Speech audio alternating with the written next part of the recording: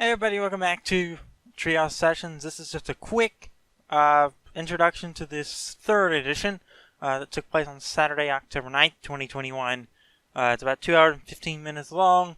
We covered a lot of ground in it, so yeah. I'm just not going to say much other than that, but thank you all for the support during it. We did very well. Plenty of unique viewers, plenty of chatting, and plenty of good times. So I'm going to leave you to it. If you want to see more, we're doing another one for Halloween at the end of the month. But for now, this is what you get. And there will be highlights coming up in the next few days as well. I got 2 planned, so you'll see those. One of them coming out Friday, and another one next week. But yeah, enjoy, and I'll see you in the next episode of Ecliptic Explorers, which is coming out tomorrow, actually. So yeah. See you then. I got nothing else to say about Strife Ghost unless you guys have anything. Yeah, no. We got to move on to the next one. I was gonna say, like, can we continue talking, or else we're just gonna go for like a 30-minute rant on Gossipy Girl. Yeah, let's go. Oh boy. No, I don't want to. So Please, I don't want to. Okay, so this is a preview. Did it. So this is a preview. This is a preview for our third episode. I don't want to do it. Please don't make me. I did it already. I don't want to do it anymore. I did it already too. Make it go away. No. Okay. I would say one thing real quick. That's actually very positive about this episode. Remember back in like February when we all thought that Teacher's Fret was like the worst episode of Casagrandes, right? Teacher's Fret. I'm so sorry I ever said anything bad about you because this is the worst episode of the entire show. Congratulations, Teacher's Fret. You're not the worst episode anymore. Congratulations. That's a compliment from Sunny Eclipse on you, Teacher's Fret. Oh my god. Wait, hold on. I don't know if I can compare both of them yet. Teacher's Fret was bad. And I know Gossipy Girl is bad too, but in a different level. Yes, but it's still worse. Teacher's Fret is at least passable. I need to think about that now.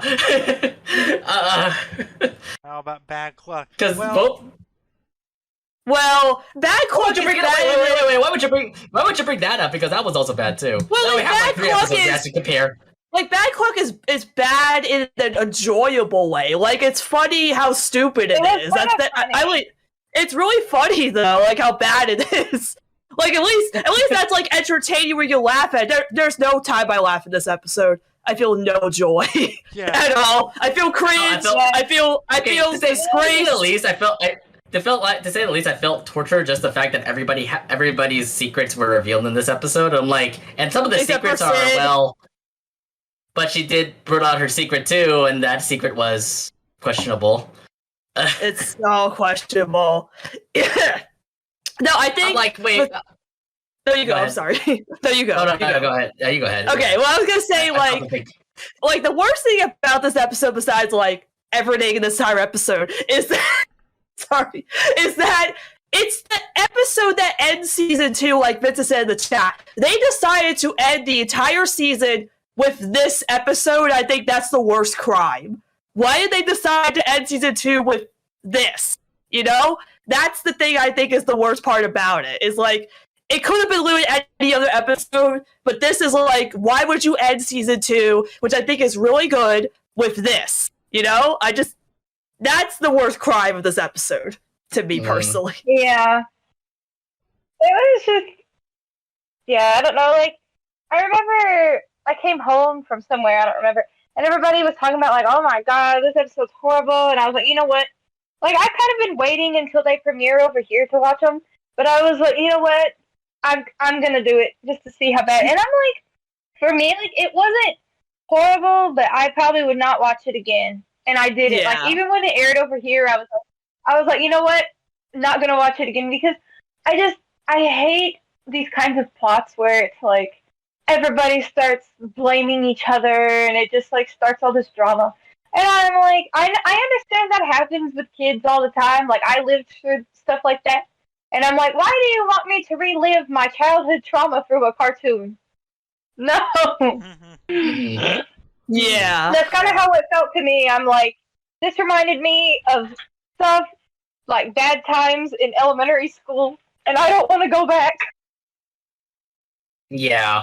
This episode is just like, kids are awful, man. That's just it. Kids are terrible, and I hate that these kids are awful to the group of friends for seemingly no reason other than to be assholes. And I don't like that. I don't like experiencing that. Mm. Yeah. Yeah, and especially, I think the thing was like, after one rumor came out, now everything has spreaded, and obviously everyone was suspicious of each other. Just the fact that why would you take out one little secret and spread it to the entire class? Now I'm tortured for all of what was it, elementary, and I felt bad for everybody there because like all of them got victimized. And the reasoning was also pretty bad literally too. no reason. There's no reason these kids should have gotten victimized like this, you know? And I'm sorry, but like Ronnie got it the worst. The fact that she was humiliated in front of the guy she had a dream about, and Becky did that to her and made her so upset she cried and ran away. Like, why would you do that to her? Yeah. That's awful. Also, like it just tells me like it's she's not in a even level. funny. It's just cruel. It's not even funny. She's not even funny. She's just in a level just like Chandler, and I think maybe worse than Chandler. Yeah. It just made me like hate. I just don't want to hate Becky because everybody's like raising up the hate on Becky. But dude, I don't like that Becky did that, and I'm free to say I don't like Becky until she somehow redeems herself, which I wish I don't know will ever happen because I don't understand Becky's role in the show. I don't know whether she's supposed to be a friend or dislike the group of friends. I never know. They change her up for whatever episode. I just don't like it. Keep her consistent, you know? Yeah, they never really give her like a good like any focus to say. Anything. I mean, she literally was just popped up in what is it? The two what was that episode? Growing Pains? It wasn't Growing Pains. It was when Sid and Ronnie Anne were trying to find their group. Oh, Two of Clubs. Yeah, the Two of Clubs. There we go. Trying to find their clubs. That's it. Ever since that episode, we just saw her as a foe to Ronnie Anne just because, she was wrestling with her. And then it seems like they were cool until, and they're also in the same class and everything like that. And then we also, remember that we also had an episode before that, which we're actually happy for Becky because, you get to see who she likes. And then after that, we get to see Gossipy Girl, and look what happened now. They tried to make us like her for one episode, and it's like, actually, no, she's bad. Like, thanks, guys. Thanks for trying. It's like how they did with Chandler year for years. Like, oh, we'll actually like Chandler. Nah, we're not doing that. Oh, he's still a bully. Thanks a lot. Thanks a lot, Broadcast Thanks a lot. You ruined my hopes for Chandler. I thought he would be a good boy after what happened. I know. I fell into that trap too. Nope. I fell trapped. At least Chandler's consistent with Becky. I don't know what they're doing with her. Like, if you're gonna make her like a jerk to the group, just do that. I don't care. I'm waiting for her secondary character episode. I mean, secondary characters. I don't want that. I don't want that now. After the Chandler episode, no thank you. Oh my god. And what I was gonna say was like the whole thing. Like I kind of agree with Sunny. Like the thing with Ronnie Anne was just cringy, and not even just because of her like having a crush on some other boy. Like I'm not even mad about that. That she can have a crush on whoever she wants. But like, it wasn't a crush. Like, yeah, I can make this clear. It wasn't a crush. It was an embarrassing dream. We all have embarrassing dreams about people that we don't want in different scenarios. It didn't mean that she liked this boy. It was just like, oh god, I don't want to think about marrying this random boy that I know. It didn't mean she had a crush on him. Right. At all. And I felt like people would get mad at it because they're like, oh no, Ronnie can, and it's like, well, no. Ronnie Kid is still a thing. Like that doesn't matter. Yeah. It was like the whole. It's just it's gonna be like a one-time thing, like with Christina and Paige. Like guys, we went through Christina and Paige. Okay, we can make it through this one episode where they'll never bring it up again. So everybody chill. Yeah, I know. I mean, I was bad too. I was bad too, but like the thing is, if they like, sorry, but like if it would have said, okay, here's the thing: if they would have said Lincoln, then maybe I still would have been kind of like cringing hard if it was him.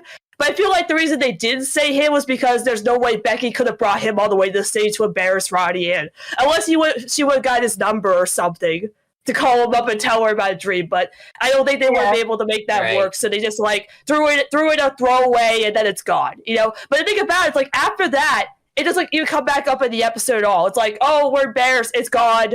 It doesn't mean anything anymore. It's forgotten. It's the same thing like all the other embarrassing stuff. It's like it's gone. We don't need to think about it anymore, and it doesn't mean anything after that. So yeah. Well, the other thing too is that everybody else also, like I said, also got victimized. You also get to see Nikki's embarrassment. You also get to see Casey, Samir, and Laird's as well. Laird was actually crazy. The fact that because he could pick his nose through his he could pick his nose with his foot. I mean, there's some questionable, embarrassing things like that, and also the fact that Sid has Abraham Lincoln on her foot and she talks to it. I thought that was brilliant. I thought that was brilliant. So weird. I thought that was like, wait. You have a birthmark of Abe Lincoln? Wait, you should probably like show it to the history books or something. Maybe there's a record. I don't know. Here's the thing. Like, remember in Croaked when like Adelaide wanted to bring back Abraham Lincoln? Why couldn't Sid just put her foot up and pretend it's Abraham Lincoln? Right? It's true. I mean, I had to think about that. But like, okay, here's the other thing. Like, the thing I didn't like about this episode specifically, like everybody was blaming each other, which also was bad. And the fact that, like, they all thought it was Sid because she wasn't the one that confessed the secret. And then it's like, okay, well, then they set up that Sid, like, she texts in her sleep, which, okay, that's weird. And also all the weird stuff she does, like, she eats a carton of milk. She dances. It was weird. There's a lot of stuff. But then it's like, okay, well, maybe it'll be Sid. That's very interesting. And you know what they do? They do the exact thing they would do in every single episode, blame Sergio because, of course, it's Sergio. And I hate that it was Sergio who did it because, of course, it's Sergio. Who else would it be? It's so stupid. And, like, Seren was doing his episode, and I thought to myself, okay, if Breakfast Bot knew that Sergio was... Because Breakfast Bot told Ronnie Anne, oh, he's been doing this all week. Why didn't Breakfast Bot tell Sid? This whole thing could have been solved if Breakfast Bot would have told Sid, who was telling Breakfast Bot, my friends aren't talking to me. Why didn't you tell him to tell her, by the way, Sergio's been messing with me? Maybe that would have gave Sid a clue as to who was doing it instead of, no, we're going to reveal it later. Why didn't you tell her? Now, that could have solved everything. Or, instead of Sid going to embarrass herself, how about Sergio go embarrass himself? If Sergio would have gone embarrassed himself instead of Sid, that would have made the episode better. Because Sergio deserved that. He got no punishment. He just got found out, and then it's like, nope, now Sid gets punished for no reason whatsoever. And that to me is just awful. I just don't like the way this episode is. What I thought was, I mean, the effort for the group to actually stop it before Sid tried to embarrass herself. But she did it anyway. Yeah, she did it anyway, but I'm like, oh, you could have... the idea... Yeah, you're right. The idea of having Breakfast Bot actually tell Sid would have been better, and then Sid would just go to Ronnie Anne and say, Breakfast Bot just told me everything. Sergio was the one who, pressed all the buttons and spread it to everybody. And of course, they're going to punish Sergio for that, but no punishment, which sucks. Yeah, and like... The fact that the friends were just being, like, everybody was just a jerk in this episode, like, especially where, like, okay, at first Ronnie didn't believe that Sid would do this. It's like, okay, let's test her out. And then when it happened, they're like, oh, we're not talking to you anymore. And then when Sid tells Ronnie, oh, I'm going to go away forever, I'm going to hide and change my name to Julio, which is the only good joke in the episode. Ronnie that was the only says, thing like, that was funny. The only good funny thing was Julio. Julio's Chang. Yeah. Like, after she says that, Ronnie says, like, oh, well, I'm glad she's being honest. Like, wow. What an awful thing to say to your best friend, Ronnie, who's going to go embarrass herself. Like, now, and then it's not until after she finds out Sergio did it, she's like, oh, now Sid's going to go embarrass herself. Why weren't you concerned before about your best friend going to embarrass herself in front of the entire school? You're just like, she's being honest. Wow. Like, God, wow. Like, that's another moment I'm like, wow, what awful, uncharacteristically move from Ronnie Anne. Specifically, yeah. Sorry. Didn't mean to go right there. Yeah, it's like... I was gonna say something, I forgot now. Yeah, that's okay, sorry. It's alright. Okay. Oh! I said, at first I thought it was gonna be Breakfast Spot because I thought that he was gonna be listening in to because he was there when they were saying all that, so I thought maybe he recorded what they said, and he did that because he was mad that they kept messing up all his snacks. Oh, that's a good. That would have been very interesting. I wouldn't have liked it, but hey, at least it would have worked than Sergio because hey, we gotta put Sergio in every episode to be awful. Sergio is the Casagrandes flip. Yeah, At least Flip doesn't piss me off anymore. Sergio always does, no matter what. Yeah. After that Lily episode where it was basically attack on Flip, that was actually pretty funny. Yeah. At least they know. At least they know that when they put Flip in an episode, it's to piss us off as the fandom, but make fun of the fact they're pissing us off. Whereas Sergio, they don't even do anything. Well, I don't know if we're talking about the Sergio episode that aired yesterday, but there's a meta joke in there. But I don't know. I gotta say something about that Lily episode. I think when they put Flip there, I think it was just the fact that I think the writers were listening to us. And the fact that, oh yeah, we'll put Flip as the enemy. Okay, yeah, this just pretty much says oh yeah, this is the fandom pretty much saying, yeah, we hate Flip, so why not have Lily attack Flip and take her off his dreams? Yeah. What Vincent said, that kind of reminded me of, I don't know if you guys ever watched Zoe 101, but there was an episode kind of like this where, a bunch of, their, embarrassing secrets, got leaked to the whole school, and so then they had, this part at the end where they kind of, stood up and were like, yeah, this happened to me, blah, blah, blah, and then everybody else in the whole school was like, yeah, this happened to me, blah, blah, blah, saying all their embarrassing stuff, and it was just, this big thing, and then I think, the person that did it, they got mad and were like, you guys suck, because they were like, oh, I think that would have been better. Yeah, see, I think that's the one he was talking about. It was somebody on Twitter, I don't remember if it was Vincent or someone, but they told me it was that episode, and then I was like, oh, I remember that one, and it was where her embarrassing thing was that when she was little, she did a ad for sunscreen, and so you could see her butt. That's all it was. Yeah, I mean, I feel like with this episode they were trying to do making the case from Loud House season 1. Where in that episode, Lincoln obviously he recorded all his sisters doing embarrassing stuff and embarrassing them. But at least in that, and then again the ending where where he actually does embarrass himself, but showing off all the videos, all his embarrassing stuff, what he does. But at least there, the punishment is warranted because he did a bad thing. He leaked out all of their embarrassing stuff, and the sisters got mad, and he actually made up for that. Whereas here, the friends all are innocent. So the fact that they are all basically punished for no reason, and then Sid ends up confessing a secret anyway just because, it's not how this is to work. Again, I wish Sergio could have gotten punished. Ronnie was okay, Sergio, you have to make things right. You go to Sid, you tell Sid that you're the one to blame, and you gotta do something embarrassing. And Sergio's oh, or what? And Ronnie is well, I'll take away your crackers or something, And then Sergio goes to embarrass himself, so then it's worth it, I wish they could have done that instead of letting Sergio off the hook. And it's I have to go save Sid.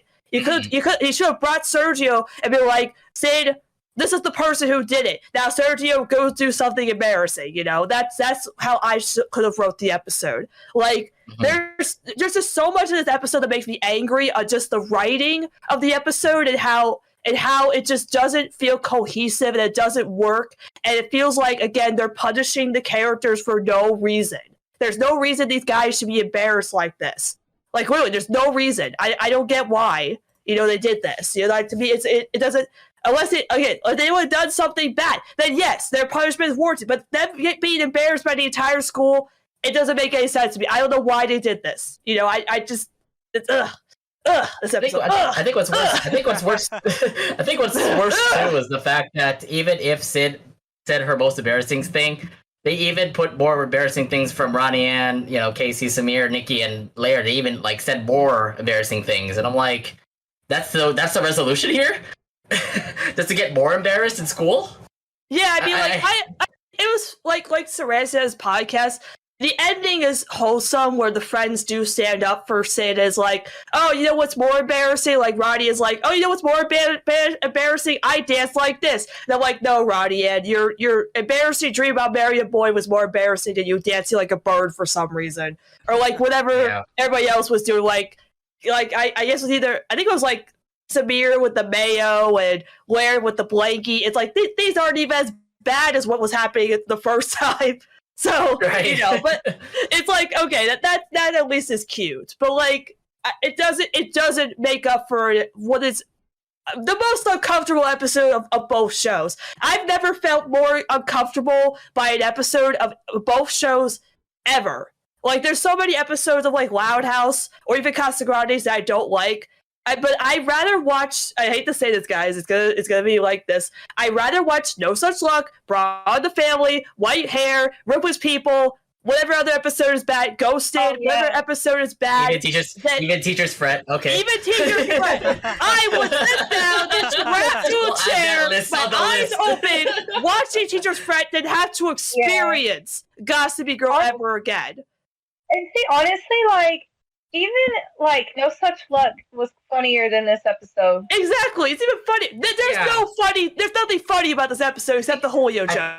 That's it. I think the fact that this was, like, torturous just to see, like, Ronnie Anne and the friends get, you know, bullied, like, makes... Now we can actually see how relevant the comparison could be with No Such Luck, just because it's also, like, a torturous episode for Lincoln. So it's like, oh, are we going through that level of how bad this episode was? Yeah, I mean, at least in No Such Luck, I could quote funny lines where it's like, who's unlucky? I'm unlucky. Who's unlucky? I'm unlucky. Like, and like the whole meme of Lincoln being in the squirrel suit. Yeah. But to say the least, though, I mean, it was a bad episode. I can't, like, it's gotta torture me that I have to, like, watch more to actually see, like, how bad it is. If we're gonna compare episodes, that's going to be like, okay, I need to actually like really do my research on this. But it's really the worst. To me, it's on like a level between like Teacher's Fret and Bad Cluck, it's like around there, obviously. Yeah, but at least Bad Cluck was kind of funny because like you have them like laying chicken eggs and like a friggin' chicken ghost and stuff. Like it's so crazy that it's funny. Yeah. At least with those episodes, I could make it through. Literally, the minute that Ronnie Anne gets so embarrassed and she starts crying and runs away, I couldn't even finish the episode. I wanted to stop. I just wanted to stop and just say to the custom writers, "What is this? What am I watching? Please make it stop. I don't want any more. I can't take it anymore." Here's the thing: if anything, let this be a lesson for them to not write an episode of them being tortured like this again. I'm scared to do an episode even worse than this. That's what I'm terrified about. They might do an episode even worse than this. I don't want to say that. So please do not. I can't say this to Miguel because he made this. He directed this episode. That's the thing. Miguel directed this episode. That's also the kick in the face. Miguel, my hero, my idol, directed this trash of an episode. Maybe he had an off day. You know, maybe he just had a little time off, and it's fine. Let's ignore it. You know, he has a good episode, and fine. Miguel, I'll try not to be angry at you just for this one. All right, just don't do it again, okay? I will try. Don't do it again. Not to be angry. Don't do it again, okay? If anything, if you're trying to like make Ronnie Anne embarrassed or something, don't do it like this. Oh yeah. Don't do it like this. You created Ronnie Anne. Why would you do this to her? You are her creator, and you do this to her. Hire me, Oh my God. Miguel. Hire me so you don't have to do this again. I will make sure you guys don't do this again. Hire me. Hey, the thing is that maybe you guys are listening to us. I mean, we did say something about continuity. I think we did say something about continuity. Look at the Casagrandes is doing. Look at the Louds are actually learning. So maybe they're listening to us. I guess. Please listen to us. Don't do an episode like this again. Because again, I said the same thing about Teachers Fret. I was like, okay, I'm sure they won't do a worse episode of Teachers Fret, and then they did it somehow. So that's what I'm scared about in season 3. So don't do it again, please. I'm gonna clip this little part of 60 seconds. After I start archiving this, that's all of us. God, that's like all of us there. Okay, well, this is going to be on YouTube. the Treehouse Sessions sanity, like they lose their sanity over Gossipy Girl. I feel like if once Seren put the YouTube video up, I'm gonna put it up on our Twitter too. Yeah. I feel like a clickbaity title. The worst episode of Casagrandes? Question mark. This section is being clipped. This whole section is being clipped. Oh my goodness. Oh man. The thing that scares me though is we have such a long time turnaround on episodes in animation that they could very well do something like this worse. Oh, that's what I'm scared about. That's what I'm scared about. They could do another episode worse than this. Season 3 just started. Season 3 just started. So and they're doing so great. Don't fall down like season 2, please. All good. They're all good so far. Only 2 episodes or 3 episodes. They're all great so far. Don't fail again. Okay. Are we done ranting now? I think we're good. I'm good. It's either that or more 30-minute rants now. No, okay, stop it. I want to forget this. It's gone. I don't want to think about it anymore. It's done. And then we can rant about the next worst episode that happens in Casagrandes if it happens again. If it happens. I doubt it will happen again tonight, which I guess should be consolation. Yeah, well, it's definitely not going to happen tonight. Next up, Bend It Like a Abuelo. A weird one. Oh. If I had a nickel for every time the Casagrandes does a no such luck, I'd have 2 nickels, which isn't a lot, but it's weird to happen twice, right? Yeah. Something about, but I don't know. I feel like anything about luck would obviously be like, oh no, we have to be reminded of no such luck. Oh my god, I hope it's actually better than that episode. Of course it is. Because everybody was calling Curse no such luck, which it isn't. But this episode is basically a better version of no such luck. Oh, because of like the Hector thinking that he's like a good luck charm, like how Lincoln was a bad luck charm, basically. Pretty much, yeah. I mean, it kind of like feels the same way, like, you know, no such luck, because, you know, you see Abuelo in the Gato's in the Gato's outfit in order for them to get good luck. So, you know, kind of relating to Lincoln in that squirrel suit in order for them to get good luck. So yeah, it does have its reflections of no such luck. Nonetheless, I found this episode to be just hilarious. Everything about it just with the appearance of their star player, what's the name again? Picosito, there you go. Yeah. Yeah, he came in, just wanted some chicharritos, and they get a picture, and then of course Picosito ended up having a good game because he rubbed his head. I love the fact that Vito put that theory into aspect, and then freaking Hector just continued to ride with it. So he tried his best to like say, hey, why don't I'm their good luck charm. I'm gonna go into the stadium in order for me to actually let him rub my head. So it's just mostly him just rubbing his head. And it's just, like I said, overall funny. One thing I also want to point out, Rosa, have anybody seen some cursed vibes after watching that episode? Oh, dude, yeah. Like Rosa with the voodoo doll dressed as Ernesto, I lost my mind. Like, yes, Ernesto reference, and then he becomes a bigger part in another episode anyway. So yes. Well, the other thing too is that Rosa is actually referring back to Ernesto, and on all the good luck charm things that she's done. It kind of feels like all the things that she did at Curse. Remember, she did all these things in order for them to get good luck or get bad luck away from the family. So seeing all that, it feels like, oh my god, we're seeing Cursed again. Or it's like more of like Rosa, besides being like the manager of the apartment complex, you get to see her just continue to become a good luck person. Like I mean, we always known that just because, you know, we've just seen her from the beginning in Relative Chaos, where she believes in good luck. And I believe that just continuing on the trend of that, as we continue on with the Casagrandes. So yeah, I could totally see Rosa as a character trait for her, just believing in good luck. Obviously, believing in Ernesto Estrella, and all these good luck voodoo stuff that's been going on.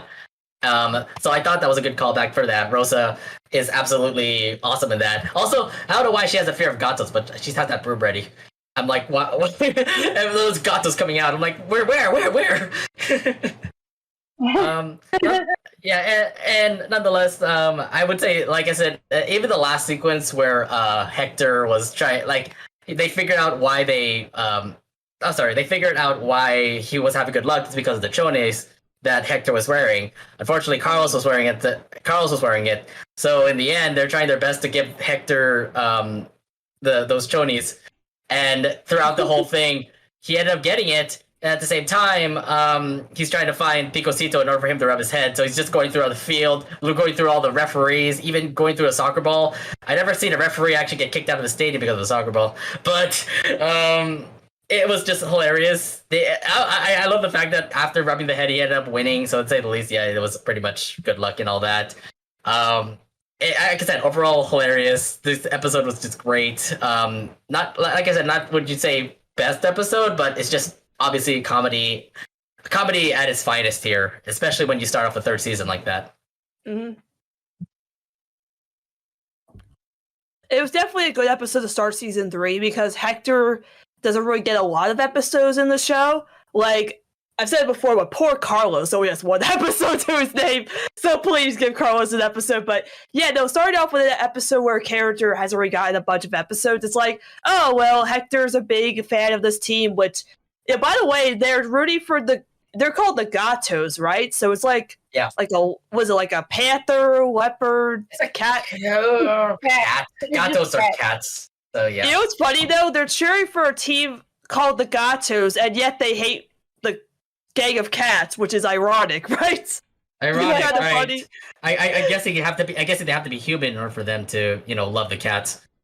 Yeah, that's fair. Yeah, no, I'll just echo whatever Nate said. Like, yeah, it's a very funny episode. I think Rosa's the best part just because I love all the stuff she does in the episode. Like, and her weird Hector voodoo doll dressed as Ernesto just made me lose my mind. It's like we already see Rosa do a lot of her like potions and like voodoo stuff a lot in the show. When they do references mostly with Ernesto or like with Cursed, they already do it a lot in the show, so like seeing it brought back a little bit where it's like she had this voodoo doll made, and it's like Rosa having been messing with the dark arts.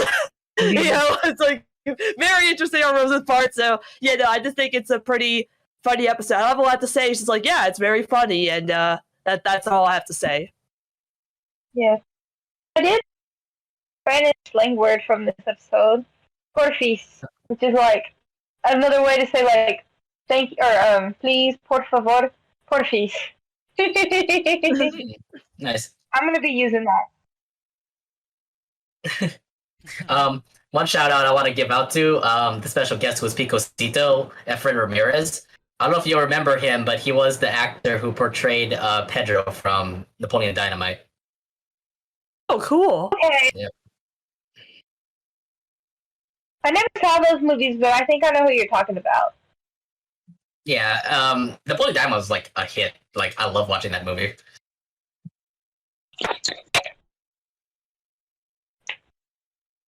Okay, I mean, I don't have much else to add because I'm gonna echo what you guys said. It was not really that much of a special episode, but it was very funny to watch, which honestly is something very much needed after, you know. Yeah. Oh no. Production order was needed. Absolutely. To say the least, for everybody out there, after you watch Gossipy Girl, where you're all like saying, Do we really need to watch another Casagrandes episode? Now you're just kind of scared that this episode's gonna be bad, but it turned out to be really fun. Yep. Yeah. All right. Ready to move on? Yep. Yes. On the opposite end of this episode, we had Bunstoppable, which was something I think we all wanted for quite some time. Yes, they've been listening to us. Finally, a Sid and Adelaide episode. How long have we been wanting this? So since season 1. So yes, this means they are listening to us. We've been begging for it, and they're like, "Here you go." Yes, finally. Thank goodness. Dang episode. Yes.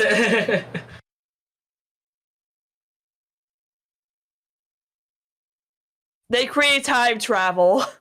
Yeah, I want to start because I started off the last episode. Oh, yeah, okay. Of course, like everybody else, I've always wanted a Sid and Adelaide episode because we just don't see them interact that much in the show because Sid has Ronnie Anne and Adelaide has Carl. So we barely get to see them like interact as sisters. So and then like season 2 we had the first Sid focus episode, which was Zoomergency, and of course that's a fantastic episode. And it's like, oh yes, we want more Chang episodes. And Adelaide keeps popping up with Carl, and it's like, well, can we just get a Sid and Adelaide episode? It's like, yes, we are listening to you guys. Here it is, season 3. Literally the second episode of season 3. They start off with a Sid and Adelaide episode. Like, the fact that they did that, had the balls to do that, I think is fantastic. And again, like, Sid and Adelaide, these shows are weird. Because, like, the fact that, like, Sid and Adelaide were able to use Breakfast Bot's malfunction to bring these guys back from, like, ancient times through time travel is so, like, strange to say for a show like this. If it's like, oh, Lisa created time travel. We've had chicken ghosts. We've had real ghosts. We've had dragons. We've had magic. The time travel in the show doesn't seem that off anymore. It's just, yeah, anything's possible in the Teenage Casa universe. But yeah, no, I don't know if I really have a lot to say on this one. Like I've said before, I think it's just awesome that we finally got a Sid and Adelaide episode, and it's just them. No other Casagrandes or even Ronnie shows up in the episode. It's just the Changs and like Sid and Adelaide and their dad. It felt like a real successor or true sequel to Zoomergency, where it's like, okay, Zoomergency, we're gonna try to do a Sid focus episode, but we'll do it as a whole special, which I think that was like crazy that they decided to do that, and they did. It was wonderful. So it's like, yes, more Sid and Adelaide episodes, and they did it. And it's like, yes, you crossed it off the list, and we want it, but we want more. That's all I'm saying. So, any episode with Sid and Adelaide is going to be great, and this episode was awesome just to get both of them in the same episode together. Longer than like a few minutes or not at all. So it's like, yeah, perfect timing to have a Sid and Adelaide episode right at the start of season 3. Excellent job, Casagrandes. You made up for season 2. So good job.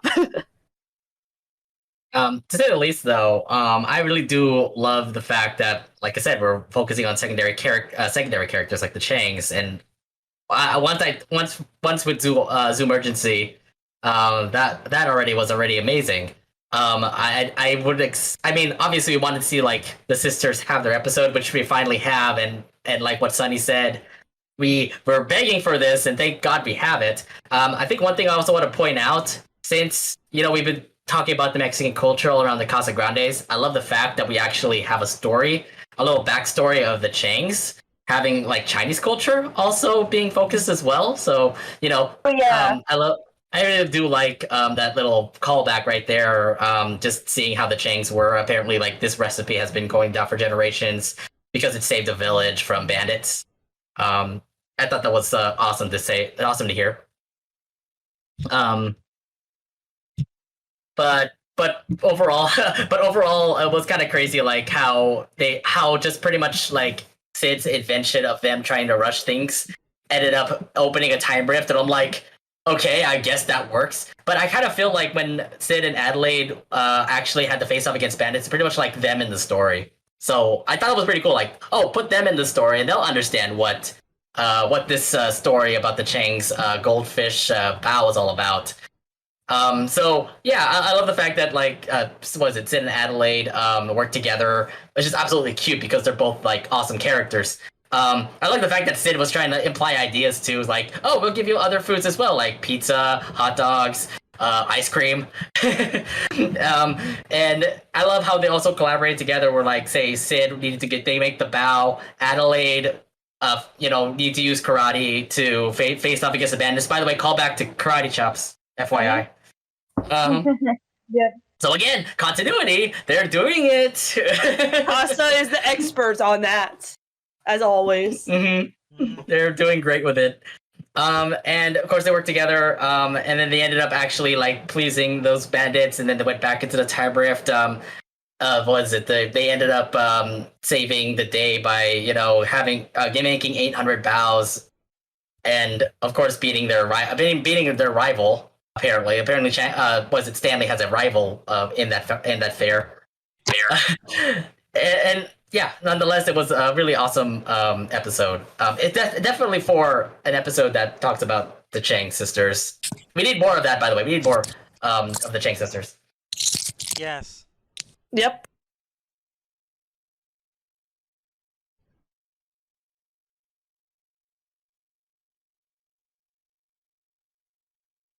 Do we want to move on to the next thing now?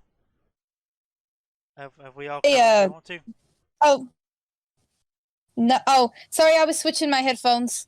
Okay. No, sorry. I was just gonna say the same thing Nate said. Pretty much, like I have been wanting an episode that said something that focused on like their Chinese culture, because I think that's something that's like important with characters like this. Like if you're gonna have characters who come from like a mixed cultural family, like it's cool to see like the other side of them. And so like we had this one, and then I think was it Zoomergency? I think they also made a thing about like how he made his pizza bow, and he called them like the best mix of Eastern and Western or something like that. Just like you girls. And I was like, oh my gosh, that's the best joke. Oh, yeah, so wholesome. Yeah. Yes. Yeah. And so I think I want to see more episodes like that, because I think it's really cool to see them like, because I think it's cool to know that like even though they live in America, like they're still learning about their Chinese heritage. So I think that's pretty cool. But that was everything else. Yeah, I agree with. It was a good episode. Yeah. Absolutely. Oh, yeah. We definitely needed this. And the fact that they did actually just do it, literally the second episode of season 3 shows that they were listening to us and heard us say that we want a Sid and Adelaide episode as like, Yes. boom, second episode of season 3, there you go. That's great. Now I want more. Okay, so we're moving on to this week's episodes now. Oh boy. Oh, yeah! Oh, okay, yay! Yay! Positive stuff! 2 positive episodes, All right. finally. Alright, some good stuff at least. Yeah. Yay! Yay! I will say real quick, an actual good Sergio episode? Wow, they did it! Congratulations, Casagrandes! You did a good Sergio episode for once! What I actually enjoyed! Because Adelaide carried the episode. Like, I've been joking about it all week, where it's like, I feel like they know that we don't like the Sergio episodes, so they were like, hey, we want to do a Sergio episode. Oh, but the fans don't like Sergio. What should we do? Let's put in a character that people actually like. I hear people like Adelaide. Put her in there. Done. Yeah, basically, we liked it because Adelaide was in it, and you did it. Good job. Because Adelaide was the best part, honestly. But I don't know, like I like episodes where Sergio actually, like, you feel kind of sympathetic towards him. You know, like I like Good Egrets was a good way of like at least making Sergio a good person by learning to grow and take care of the babies. But like here it's like, okay, like the whole Priscilla and Sergio thing has been like a running gag on the show. And it's like, okay, we need to do an episode on that because we keep running in the ground. Let's just do an episode on it.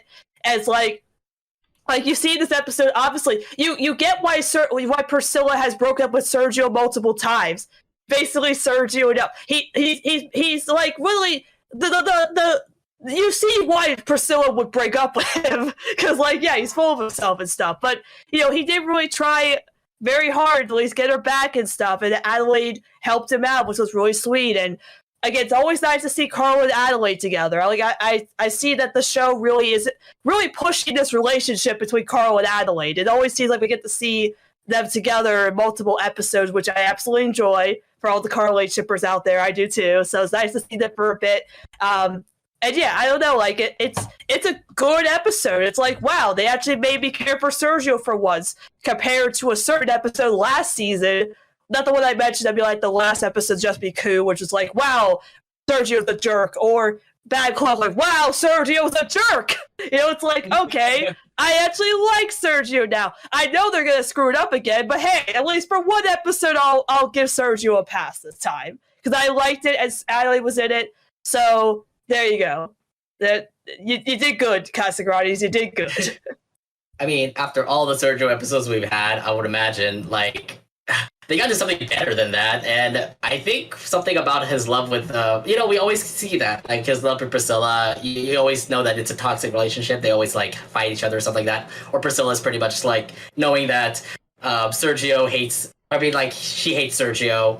So in the end, obviously they broke up, and I didn't expect Sergio to be also sad, and I just love the fact that Adelaide is there to help him out.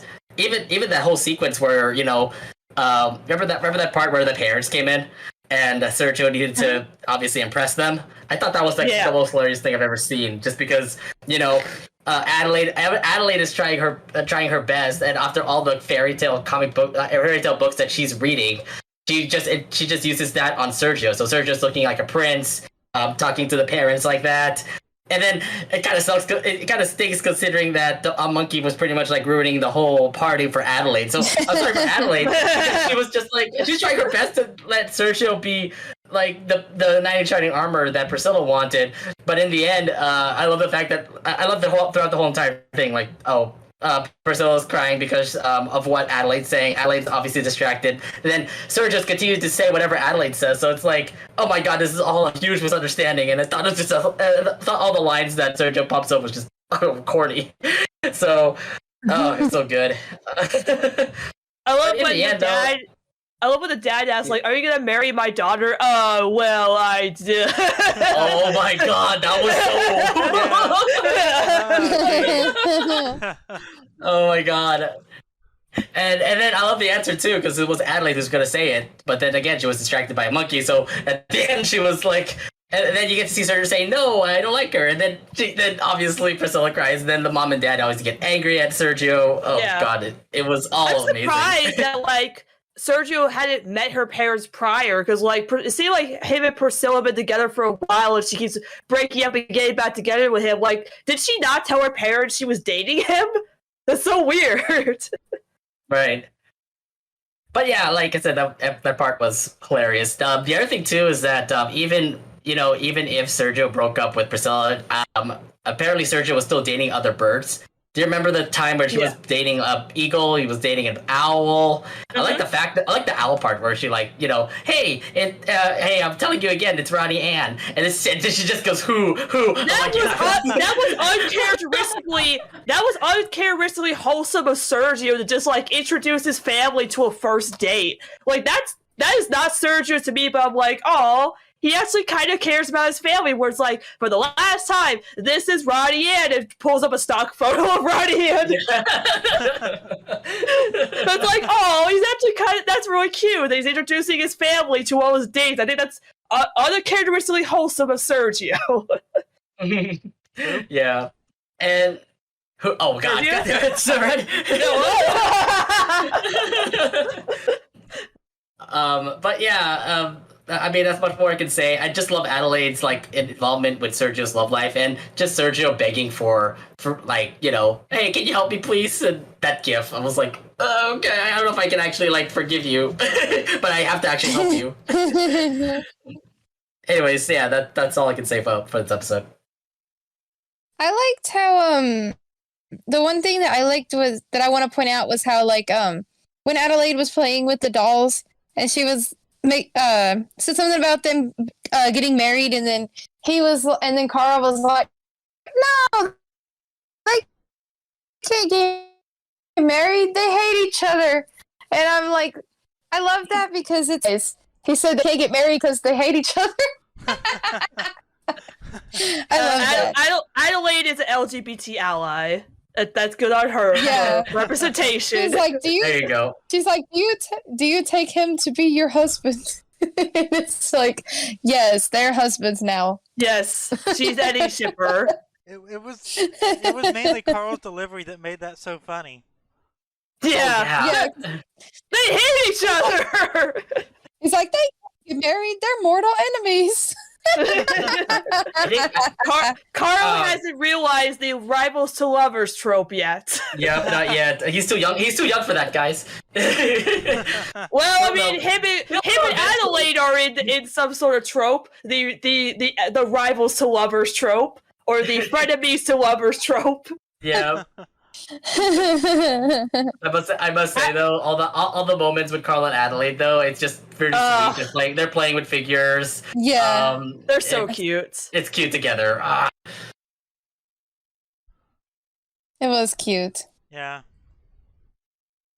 Okay, are we ready to move on? Yes. Yes. I'm not gonna say anything. I think you know what's up next, since we're down to one episode. Yes, I do. Yes, Oh, I do. Yes. AK, I was right about this episode. I thought you were all saying everybody was freaking scared that this is gonna be bad. I'm like, what? Wait a minute. I wasn't scared that it was gonna be bad. I was just worried about how it would go. But like, I didn't think I was gonna be right about anything this episode. But wow, I was right about everything, and I'm very happy that I was right about everything.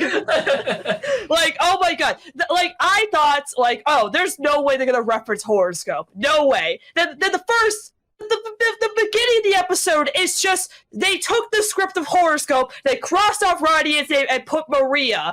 It's word by word the same thing. Like when Ernesto shows up, he's like, "Oh, today I'm talking about the water side." In Horoscope, he says, "I'm talking about the fire side." And then Rosa's like, "Oh, Maria, that's you." In Horoscope, she says, "Oh, Ronaldo, that's you." And then it's like that and whatever.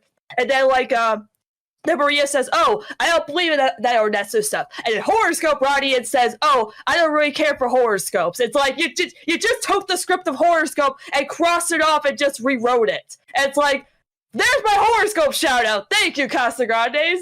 Thank you. I didn't know I was gonna get it, but hey, I got it. But I guess I'm the one talking right now. Yeah, so, yeah, it was basically Horoscope 2.0. They even went to the restaurant. It's Horoscope 2.0. I'm very happy. If they would have put a Lincoln line there, at least I would have been happy too, but you can't get everything. But what I found very interesting about this episode was that, I knew that Bobby would be the one that was most into the idea of their parents getting back together because he's obviously the oldest. So he has the more experience than Ronnie Anne. We don't know how long Arturo and Maria have been divorced. We know Arturo's was gone for 2 years in Peru, but that doesn't mean it's been that long since they divorced. They could have been divorced for a while. So I want to say they've been divorced for a while because Bobby was really into the idea of their parents getting back together. Because if our parents are back together, that means we'll have a full eternal life of happiness as a happy family, which was so interesting to me because their parents are both here now because Arturo moved to the city, but it feels like since Ronnie and Bobby wanted their parents to get back together, they weren't satisfied enough with their life. They still had this desire for their parents to get back together. The divorce is still lingering in the back of their minds. They just didn't want to admit it.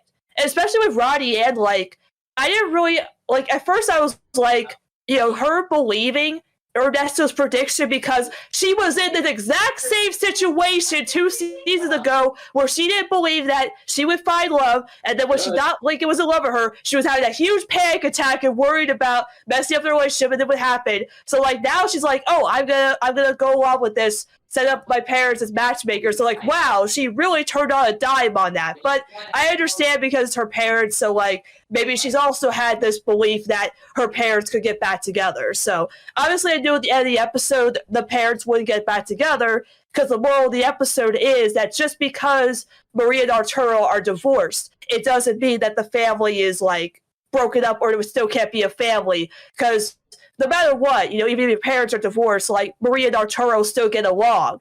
And they're still like communicating. There's no bad blood. So it's cool that they're divorced and they don't have to be forced to get back together. Because basically the episode was saying that Arturo and Maria have no spark. They're just like that. That's what I think just happened. It's just like they divorced just because there's no spark, and that's okay. Yeah. There doesn't need to be a convoluted, complex backstory on why they divorced. It just happens, and that's just the way it is. People just don't work out, and that's fine. Again, I can't really relate to it because my parents aren't divorced, but I understand the complexity of a divorce can affect children. So seeing that Bobby and Ronnie Anne really did have this idea that maybe Ernesto could be right this time, and believing that the parents get back together is like so interesting to me. And it's like, oh, these poor kids. They should go to therapy. I feel bad for them. Oh, these poor children. And then like the fact that Maria had another ex was also, I did not see that coming. The fact that Maria had another ex and he came up where it was like Ernesto's I understand how Ernesto's predictions work now, because he said in the episode, you have to get back with your ex by tonight, and then you'll have a lifetime of happiness, which she did. She got back together with an ex, even though it didn't work out, but then the end was a happy ending. So I will give Ernesto points that he was right. Whereas Horoscope, he was not right. When Ernesto said, Ronnie will find love, he meant romantic love. He did not mean she will find a lovebird. I still think that ending is a cop-out ending because, technically he was right. That doesn't mean he was right. It's like, no, Ernesto, you can't brag about being right there. You were not. This time, yes, you were right. So I will give you a point for being right. I think, I was worried about this episode just because it is the first Arturo and Maria episode in the show. And how they handled it with, dealing with divorced parents, I think is the best way they could go about it with this kind of show, because obviously they can't get too intense about it or too complex about the divorce. It's just, couples, they don't always work out, and sometimes they just don't have a spark. And that's cool. They're still cool with each other. They're still a family, and that's all that matters. And you'll be happy no matter what happens with your family. I think that's a good message to give to kids that have divorced parents or have families who are divorced. Just if your parents are still, they're just still working out and they still love you, that's really all that matters. I think that's good. That's a really good message. So yeah, I enjoyed it more than I thought I would, just because I was a little worried about how they would handle it. But because it was focused on Bobby and Ronnie Anne, it's that's the best way they could go about it. I got my horoscope reference, perfect. I love that. So yeah, no, I think it was pretty good. It was pretty good. They exceeded my expectations, and they did a good job on it. So yeah, very good. I'm done.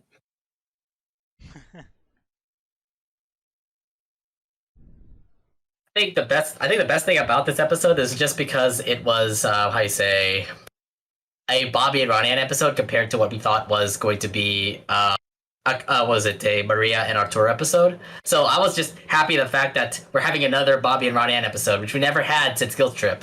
So having those two work together, and having those two have a plan for them to actually have Arturo and Adelaide started to have Arturo and Maria together, I thought was awesome. And they did to an extent try their best to get them together. Although what I love in the end though, with Maria actually dating this one guy named T-Bone, I'm like, oh no, we're going to that route, aren't we? And the other thing too is that the shout out again, continuity. T-Bone was from VIP, right? Yeah, that was weird. In VIP, you recognized her, and it didn't seem like they were exes. But here, Maria was really into him, as if they had dated before. She was blushing. Yeah. I was it was weird because they only met in, I don't know, I forgot about the whole concept of VIP, but Maria and T-Bone were, I guess, friends, when they met up in VIP. Then, when they met up again here in, was it Date with Destiny, Maria really likes him. He really thought he was a hot guy. I'm like, dang. I don't know where he fits in the timeline. Was he before Arturo or after Arturo? I don't know. It seems weird to know. I think it was before because I remember from VIP, T-Bone referenced Maria sneaking out to go to a lot of concerts. Oh, okay, that makes sense. That's right. You know, By the way, we need more backstory, Maria. I swear to God, like, she looks like she's like. What was that? They did give a little bit of backstory in the episode where Rosa did say that Maria and Arturo had their first date at the pier, which is in Great Lake City, which was a reference to Meal's Ticket. And like when Bobby and Arturo were driving the Mercado truck, the stage from Meal's Ticket was still there, which I found a nice little continuity there. But also the fact of like, oh, so I actually had a headcanon a long time ago where I said that Maria had grew up in Great Lake City before she moved to Royal Woods to raise Bobby and Ronnie Anne or get married to Arturo. So the fact that they had their first date at the pier means that she grew up in Great Lake City, met Arturo in Great Lake City, and they lived there, I guess, dated before they moved to Royal Woods. So like, yes, my headcanon confirmed, canon. So it worked. So it was worked. Yeah! I got everything right. I still have to say though, like there was many chances for us to actually get some backstory. Obviously, we were kind of disappointed in the fact that we don't get an Arturo and Maria backstory. And the other thing too is that Maria was actually talking about how she became a nurse, and I'm like, we missed that. You're such a good listener. that was the perfect time. That was just a joke on their part, I think, just to. I know it was a joke, but just it's to like, mess oh, with that us. was perfect. They probably know we want a backstory on these characters, so it's like, and that's how I became this. Where is it? We want to know. I think they're already setting it up. I mean, I swear to God, like we've had episodes where we get to see like Maria in her past, like she was awesome in high school, like in Guild Trip. She loves to travel. From that episode, Guild Trip, we never see Maria episodes like this. Yeah. So, this is a perfect chance to actually have more focus on Maria. And we did have a little bit, like what you said, Sunny, when their first date was in the pier. But besides that, like, how is she? Like, so it's apparently crazy in VIP. They apparently went to concerts and stuff like that. I snuck into concerts and things like that. And love T-Bone. So, this is so complex. But I to say the least, though, I really did like how this was. Like, even if Maria and Arturo did meet up, they kind of like they're just meeting up, and their relationship is just pretty much mutual. It's not like they hate each other or anything like that. Yeah, they're divorced parents, yeah, but they still have time for their kids. Look, they when they made up in that pizza place, all they did was pretty much say like, hey, here's the schedule for Bobby, here's the schedule for Ronnie Anne, etc., etc. So they know that they're gonna have some time for Ronnie Anne and Bobby to have like their alone time. For example, like Ronnie Anne and Bobby lived in lived in the place where Maria is. But the other thing too is that they also want to hang out with their dad more, aka away game. So they at least have their own schedules. They're clicking together. So I love the fact that even if they're split, they still have time for each other. And I know Bobby was. I know throughout this whole episode, Bobby really wanted those two together. It's like, no, I'm not waiting. I'm not leaving until you guys are together or something. If I remember the line correctly. I love you saying Destino. Destino, yeah. Destino. I love it at the end too. It's like, what was it? Happiness, I think, was like the end game. And it actually did work out because they all were happy at the end. Oh, yeah. And the other thing too is like, I love Bobby's like headcanon where like they try to get family portraits together, and I'm like, oh, the family portraits I love. Bobby. Oh my God, like their poses, like the one where it's like the Maria, Bobby, and Ronnie are posing, and Arturo's just his head like and the ghost, and then they're just like posing on the ground like models. Like, what is that? It's amazing. Like I said, I guess they were really clever with it, and it was, like I said, overall a good episode. I mean, even if it wasn't the episode where we kind of like wanted to have some backstory about why Arturo and Maria split, at least this is actually good, that, to say the least, that the Santiagos, the family of the Santiagos, are actually still together, even if they're split with the parents. Yeah, that's it. Oh, that's a lot to talk about. Yeah. I will say one thing. One, I like that when they got to the pizza restaurant, Maria and Arturo were like, Maria's like, oh, I have all these after school dates I need to give you. Mm-hmm. Yep. Yeah. See, they're clicking. They're actually working together, even if they're split. Yeah. It's very nice.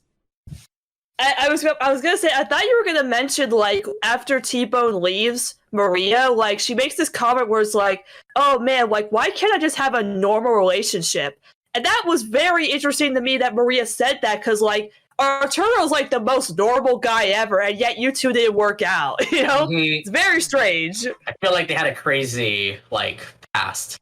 Why we need the backstory? I know. That's why I have a backstory. I feel like they had a crazy past. I don't know. Maybe they were. Look, Arturo's a doctor. Maria's a doctor. So maybe something happened in their medical school. And like you said before, Maria went out to concert. Or stuck into concert. So it kind of tells me that she's a crazy woman. I don't know. Something happened. There has to be some sort of thing. Like they have to actually explain that. Maybe in the next couple episodes, because very hard. It could be like a Homer and Marge, where like they had a very crazy night out, and then Bobby happened, and they had to get married because they had a Bobby. He was a one-night stand child.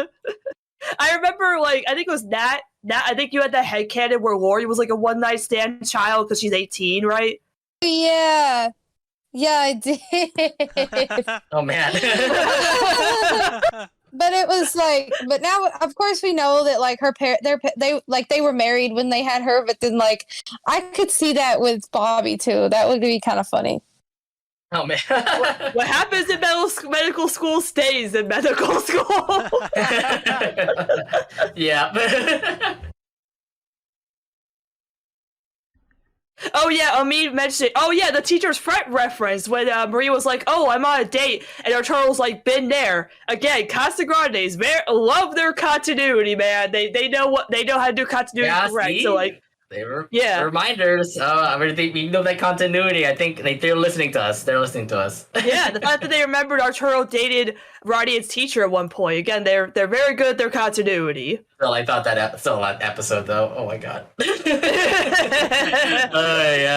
know that it's like the blinded by science reference in Dream a Lily Dream. It's like, oh, why reference that? But hey, at least it's continuity, right? Yeah, that's true. That's continuity. Again, they're dunking on it where Arturo's like, oh, I've been there. So they're dunking on the episode, basically. Mm-hmm. Mm-hmm.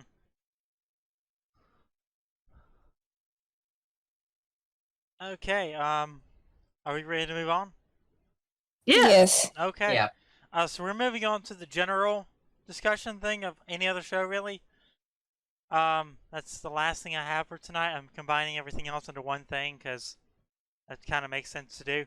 I have The Simpsons as the side cover because I figured we have someone here that She's screaming. She was screaming there. Yeah. Holy moly! You're catering to me. I'm honored. Oh my gosh! Yes, I know what this is from. I know what episode this is from. It's from the recent one. Thursday. Oh, I love this episode. Yes, that's from the season 33, episode 2, Bart's in Jail, which was with the Bill Cipher cameo that we were all hyping up, which is like it was like the 1 second cameo, but hey, it's there. And Alex Hirsch voices Bill Cipher, so it's cool. Bye, crypto suckers! I really like that episode because basically, I guess not everybody's seen the episode because they all wanted to see the Bill Cipher cameo, but the episode was about Grandpa being scammed into thinking that Bart was sent to jail. So, like, he actually, like, tries to get bail money, but he's, like, scammed out of $10,000, which, you know, Homer's pissed about. So Homer's, like, so angry during the episode about, you gave away $10,000! And then, like, and then they try to find the scammer that scammed Grandpa out of his money. And it turns into a Marge episode where she starts to think that the world is out to get them because of being scammed. And then they go to an appetizer restaurant where, okay, it makes more sense when in the episode that I explain it. They get somewhat high off of appetizers, and they start to see Loki, who's voiced by Alan Cumming, which, by the way, if you ever see Son of the Mask, he also plays Loki there. I know it's a bad thing to say, but yeah, it is Alan Cumming playing Loki, which he has played Loki before, but it's cool. And then they have the cameo where it's like, a bunch of these cameos, and you have Bill Cipher saying "Buy crypto suckers," and it's Alex Hirsch, which is cool.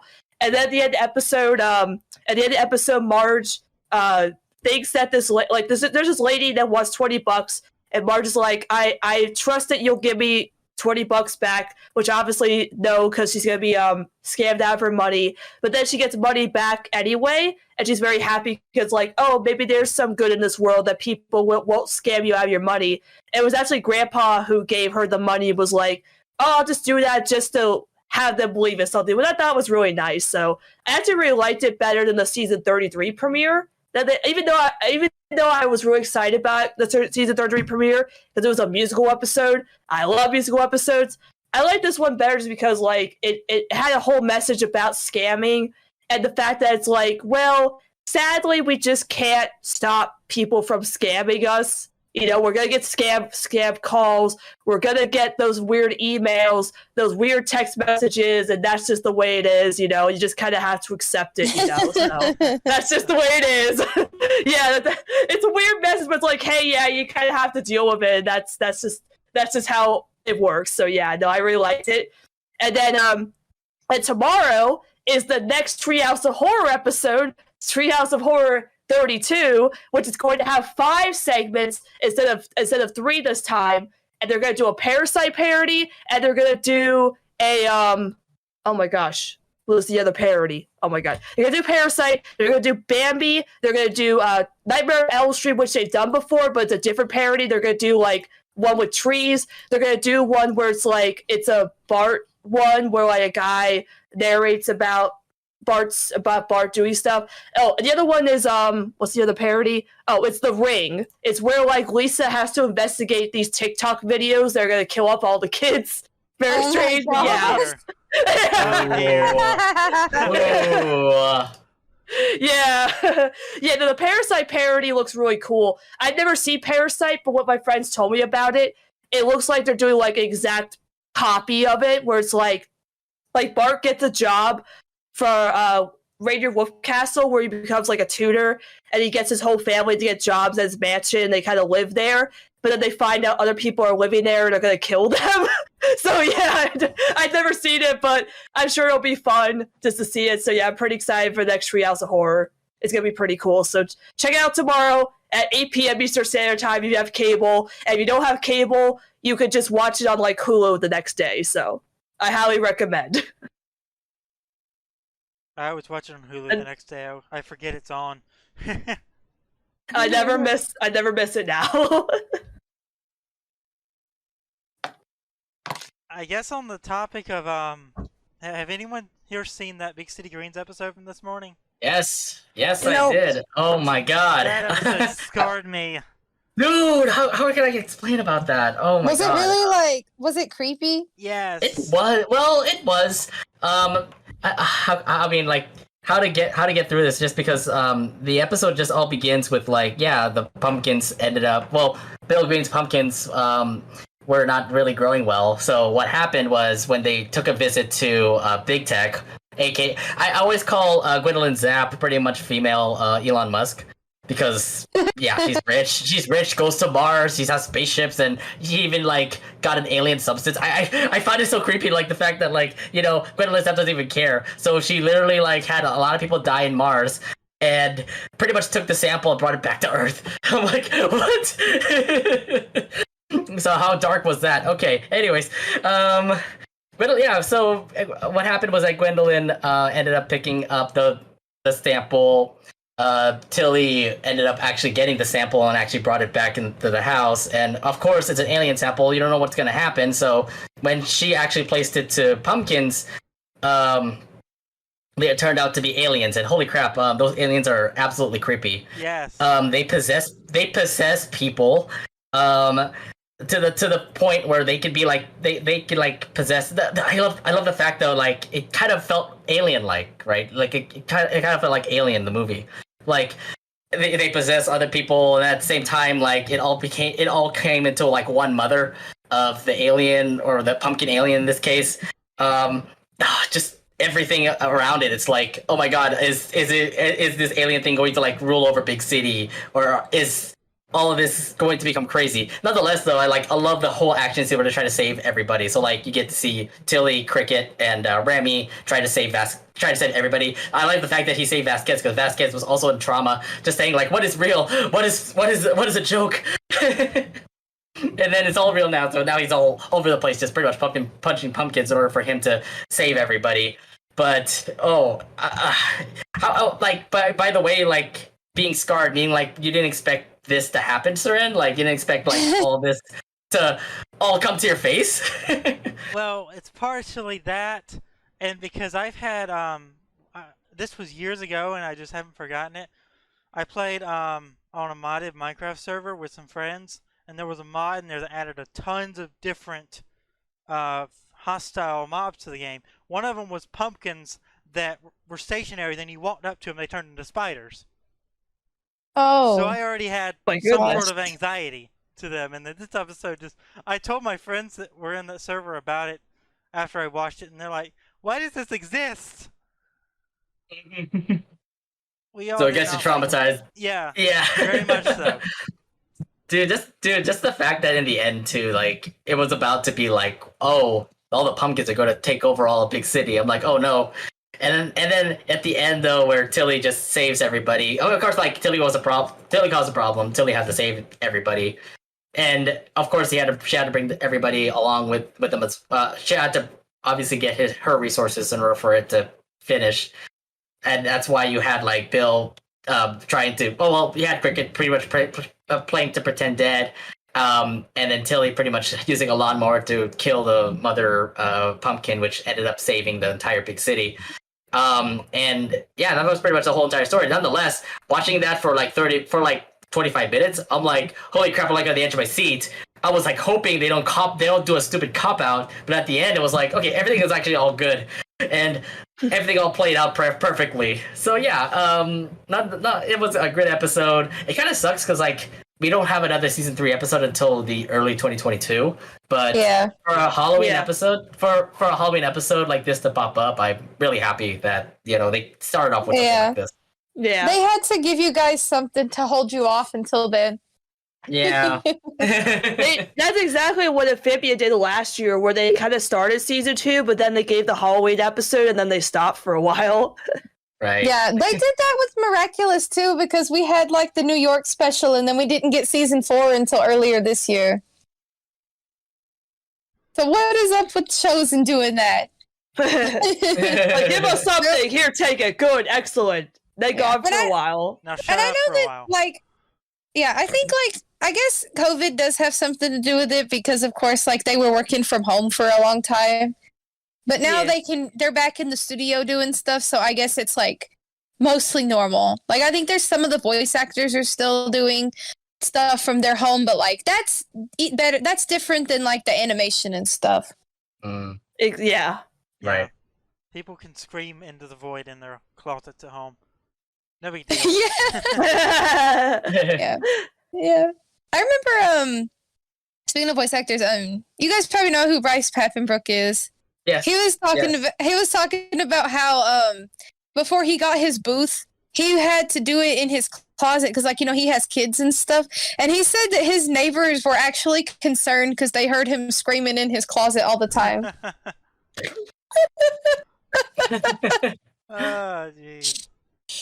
Yeah, I would imagine it being difficult considering that they don't have their own voice studio, so they literally have to put some soundproof stuff in order for them to actually record perfectly. Yeah. Like, I know that they need to have like cotton or some sort of like things on the walls in order for them to avoid all the background noise and the echoes and stuff. Yeah, like I watched Christina V. She posted like on her Instagram where she did like an unboxing of her booth. Like she bought an entire booth to put in her house that was like already built. She just had to put like her equipment and stuff in it. I was like, man, that is cool.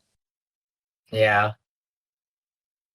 I mean, so I feel like I know where this is going. We've talked about The Simpsons. We've talked about Big City Green. We got. Do you want to talk about Amphibia next, or do we want to go to Miraculous? Yes.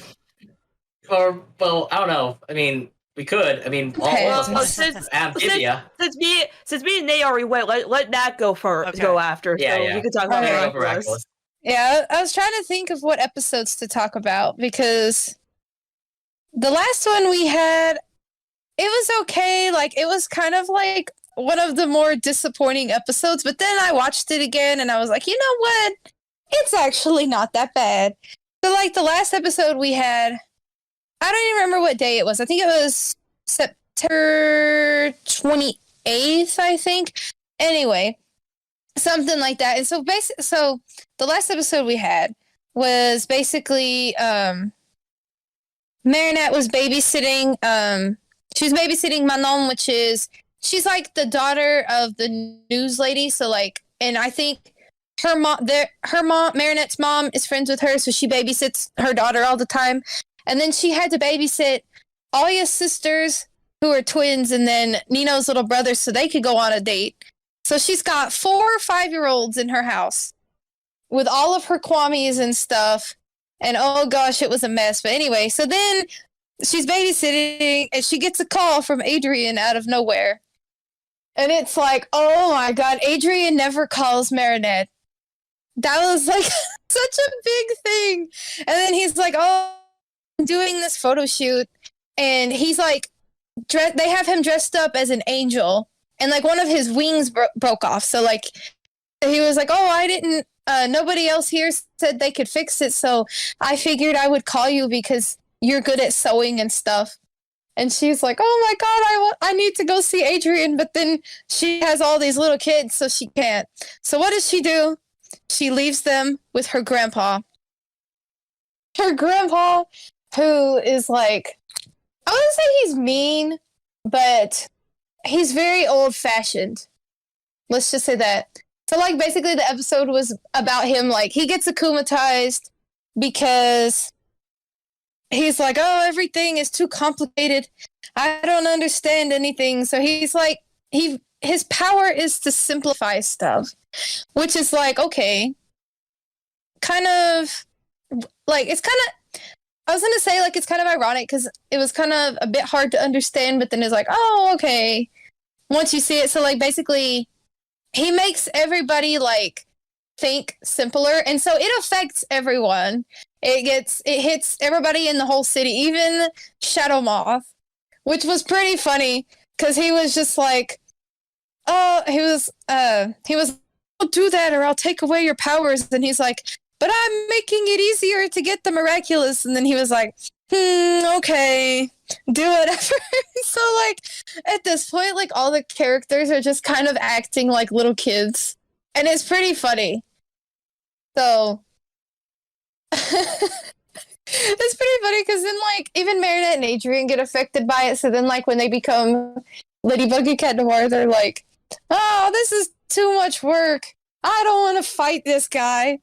And he's not even, like, he's one of those villains where, like, he doesn't even try to fight them. He just stands there and is like, okay, guys, come fight me. And then he just, like, they start having, like, they start having, like, a thing where they're, like, hitting each other with their sticks.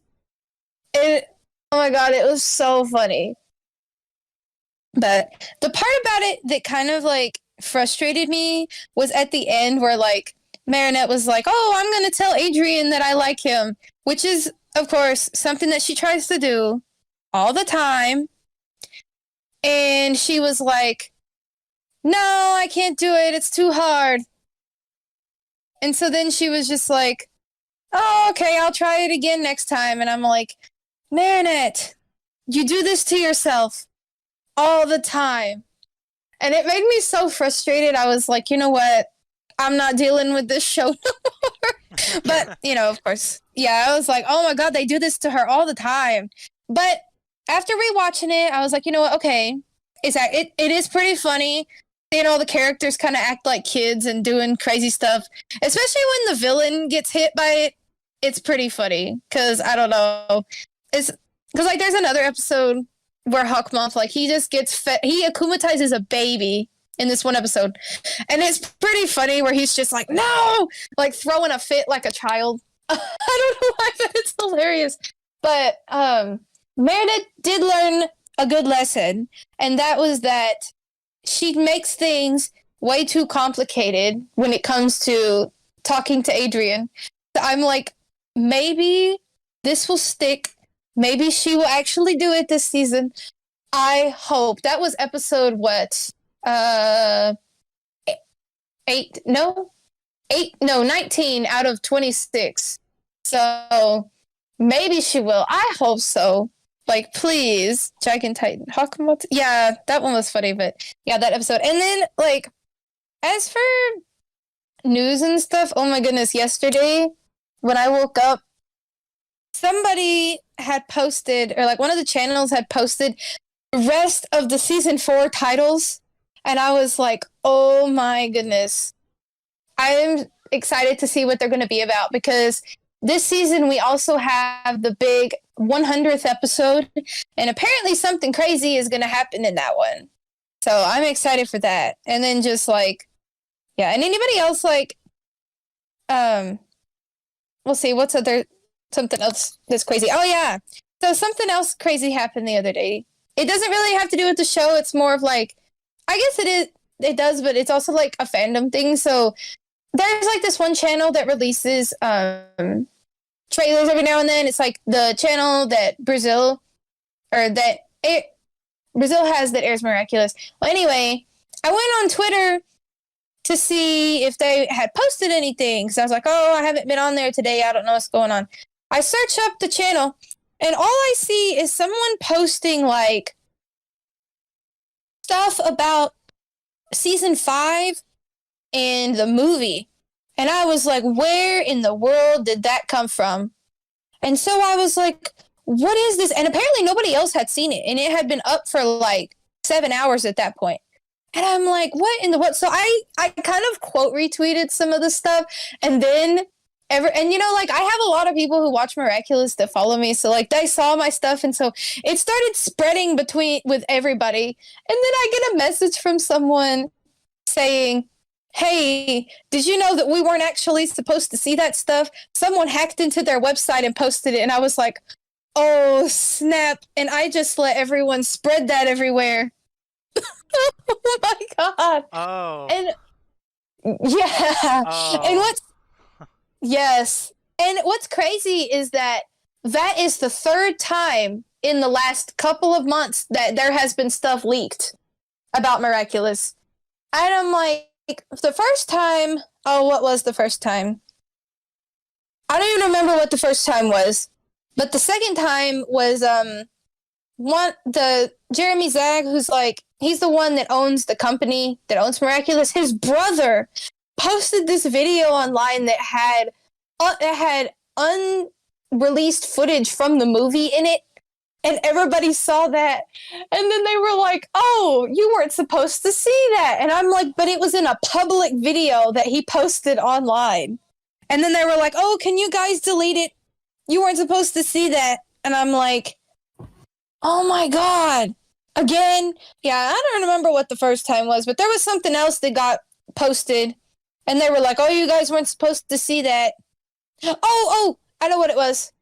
So one of the reporters did an interview with Adrian's voice actor, which is Bryce Papenbrook. And so in that video, she posted leaked scripts from season 4 episodes we have never seen before. And they were like, you guys weren't supposed to see that. And even the creator, he went on Twitter and he said, I don't know if I can say it on here, but he said, who the F leaked scripts of unreleased episodes? And I was, oh my gosh, I said, that's going to be an iconic tweet now. I hope you know that. But anyway, yeah, it's been crazy. Because like when we don't have episodes premiering, it's like stuff, I guess people get bored and they hack into the websites like they did the other day. But yeah. It's been fun, though. Those websites aren't very secure. Crazy. Yeah. And I felt kind of bad because... What is it? The fact that, like, nobody saw that person tweet about it, and once you tweeted about it, it just blew up. Like, why did nobody find it out first? Yeah. That's weird, right? Yeah, exactly. And I was like, I know that, like, in the person, it was someone from Brazil. Like, all the tweets were in Portuguese. And I was like, that's what made it even crazier to me, because I know there's a lot of fans from Brazil. Like, the Brazilian fandom is huge. And I'm like, and then I was like, I'm glad that I didn't get in trouble. I mean, I didn't do anything wrong. It was just kind of funny because, like, once I started tweeting about it, I saw everybody posting about it, and I was like, oh, snap. That would mean that your miraculous news people are probably just not staying updated then. They can't find about this stuff. You know, it's what's weird. Yeah. Yeah. And so it was like, apparently what it was like, you know how every, like, network, I guess, I don't know if the big networks like Nick and Disney do it, but, like, I know ZAG does because, like they're a smaller company. Make, like, these, kind of like a PowerPoint presentation, I guess, of, like, all the stuff that Miraculous has done in order to, and they show it to, like potential investors, because that's how they get more money for the show. So, like, they show them, like, oh, we've had all these seasons, these movies, all this stuff, like how successful it is, so that they'll give them money for it. That's what it was. And so someone had hacked that, and so it had, the only, like, big thing that it had was, like, the season 5 poster, but we don't even know if it was real or not, because it was art that we have seen before. So that was just edited. So I don't know. What about that second movie? Is that coming? Oh, yeah. Yeah, like, I think a while ago there was a presentation in Russia, I think, and they announced that. But I had forgotten about it. I had forgotten that they were actually making a second movie until I saw that thing the other day. I was like, my mind just decided to not remember that. And I don't know if it's going to be a sequel to the first one, or if it's just going to be a separate thing. I have no idea.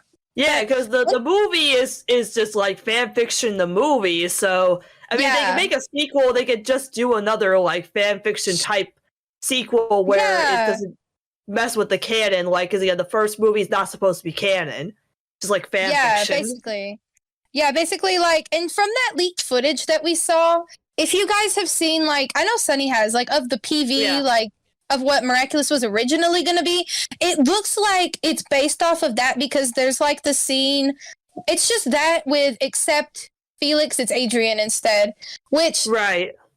I hope that they don't make him act like how Felix was supposed to act, because that will mean that he's a jerk to Marinette, and I will not like that at all. I will not like that. Or are they trying to go for, like, the enemies to lovers kind of thing? Okay, maybe I could handle that, but I don't know. But because there's, like, that scene where I think in the PV, there's, like, one where Marinette, she's in the library and she sees Felix. And then, like, I think they have that in the movie, because the leaked clip that we saw was Marinette, like, fell down or something, and Adrian was, like, helping her in the library. So, I don't know. We'll have to see. I don't even... I mean, like, like in season 1, but before Marinette fell in love with Adrian, she actually kind of hated him because she thought that he put gum on her seat. So, like, maybe if again this is like a whole reset of like this isn't canon, then maybe it starts out where she does hate him or doesn't know him, and then like starts again the enemies to lovers falling in love kind of trope thing. Yeah, true. That could If they do that, I might like it. It's just like I'm just worried about them making Adrian be mean, because I'm like that's not Adrian. But because like there was that one clip of him and Marinette talking, and he just looked like he was not interested in what she was saying. And I was like, okay, that is pretty funny. I made a meme out of it because of that one face where he looks like he's cross-eyed. But what if there's a twist at the end where it turns out the whole time Adrian was just on a trip somewhere, and that Adrian that we've been seeing throughout the whole movie was Felix in disguise? Oh my god! Watch me be right once again. To Destino on a different fandom. Watch me be right. That's why it's retcon, because it turns out it's Felix and Adrian was just on a cruise or something. Oh my gosh. But honestly, like, I think the movie is going to be focused more on Lady Noir, which I'm not mad about that. I am looking forward to that, because, like, there's going to be a scene where, and we know this from, like, some of the art that got leaked, where he plays the piano for her and, like, serenades her. And I'm like, oh, because it's going to be a musical. So I know it's going to be it's going to be really cheesy, but I'm going to love it either way. Yes, excellent. Anything related to Lady Noir, absolutely. Yes. I'm excited. Yes, and I know that I don't know about the songs. Like I know that there's going to be a full soundtrack. Like I think they already said that they're kind of like how the Loud House movie had one, and it's a TV movie. Like they're gonna have, I think they're gonna release the soundtrack for it like the day that the movie comes out, and I'm gonna be like, oh, do I listen to it before I watch it or no? Probably no. It will be very tempting though, because I know you've heard The Wall Between Us. I am so excited to hear that in English. That's gonna be crazy because it's such a pretty song in French, and then we get to hear it in English too. Oh. Yeah, I don't know when that movie's coming out, but I'm so excited because the animation looks so beautiful.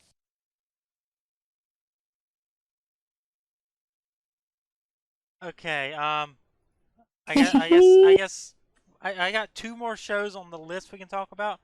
I got yeah. Amphibia and Molly McGee on the list. So, yes. Yes. Which one do you want to do first?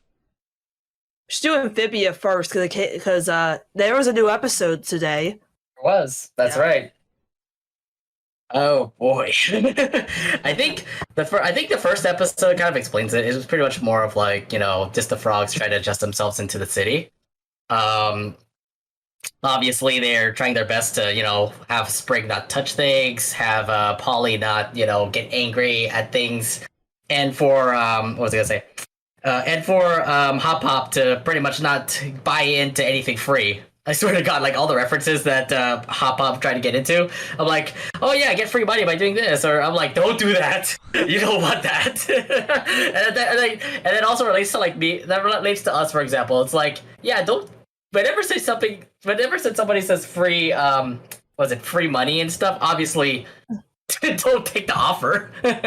Free money, no strings attached. No strings attached. Yeah. and then of course I love like Anne trying to be the teacher too. So Anne getting hella pissed off too. She's getting her angry face. It's like, it's just great. But yeah, that was like pretty much the first episode was pretty much that. I don't know what else you guys want to explain about that one, but yeah. I mean, I just liked watching that episode today, the first one, Hop to You Drop, I think is what it's called. And it was so nice to see them going to a mall to get acquainted with the real world is the most stupid thing you can do, but it made for good television. But yeah, I just loved that episode. But I think the second one kind of was the big one today. Yes, the big Sasha redemption arc starts. We've all been waiting for it. Oh, that! Oh my God! You guys want to explain more? Well, like the scene where she finally reads Anne's diary and seeing that Anne was really excited that her and her friends were finally back together, but then like Sasha knew that she fucked up, and so she's gonna be the protector of Wartwood, which I think is gonna be great for Sasha's arc throughout this season. I think, to say the least, though, absolutely huge redemption for Sasha. I mean, first off, throughout the first two seasons, Sasha seemed to be like the bad girl, just because betrayed Anne. She betrayed Anne twice, by the way. And in the end, like when she finally like realizes, oh my God, I lost my best friend and I lost Marcy. I lost all my best friends. I can't stop this. Especially the fact when she read that diary, I was so like touched. I even like wept a little bit just because it's like, oh my God, yeah, I get it, Sasha's like, I get it, you're bad, but at the same time, I'm guessing this is really how your redemption arc starts, and that you're going to face off with King Andreas, and have the city of Wartwood pretty much take on Andreas. So it's like, oh, this is just good, just a good redeeming factor for Sasha to not be the bad girl anymore that we've seen these latest Amphibia episodes, and actually become like more likable. And I hope things are going to be going in the right direction for Sasha. because I've been like a huge fan of Sasha, and I'm like, I'm a huge fan of Anne. But the thing is, like, Sasha has been my up and down person. I'm like, I hate you, I love you, I hate you, I love you. Now I hate you again. Now I love you again. I'm like, make up your mind.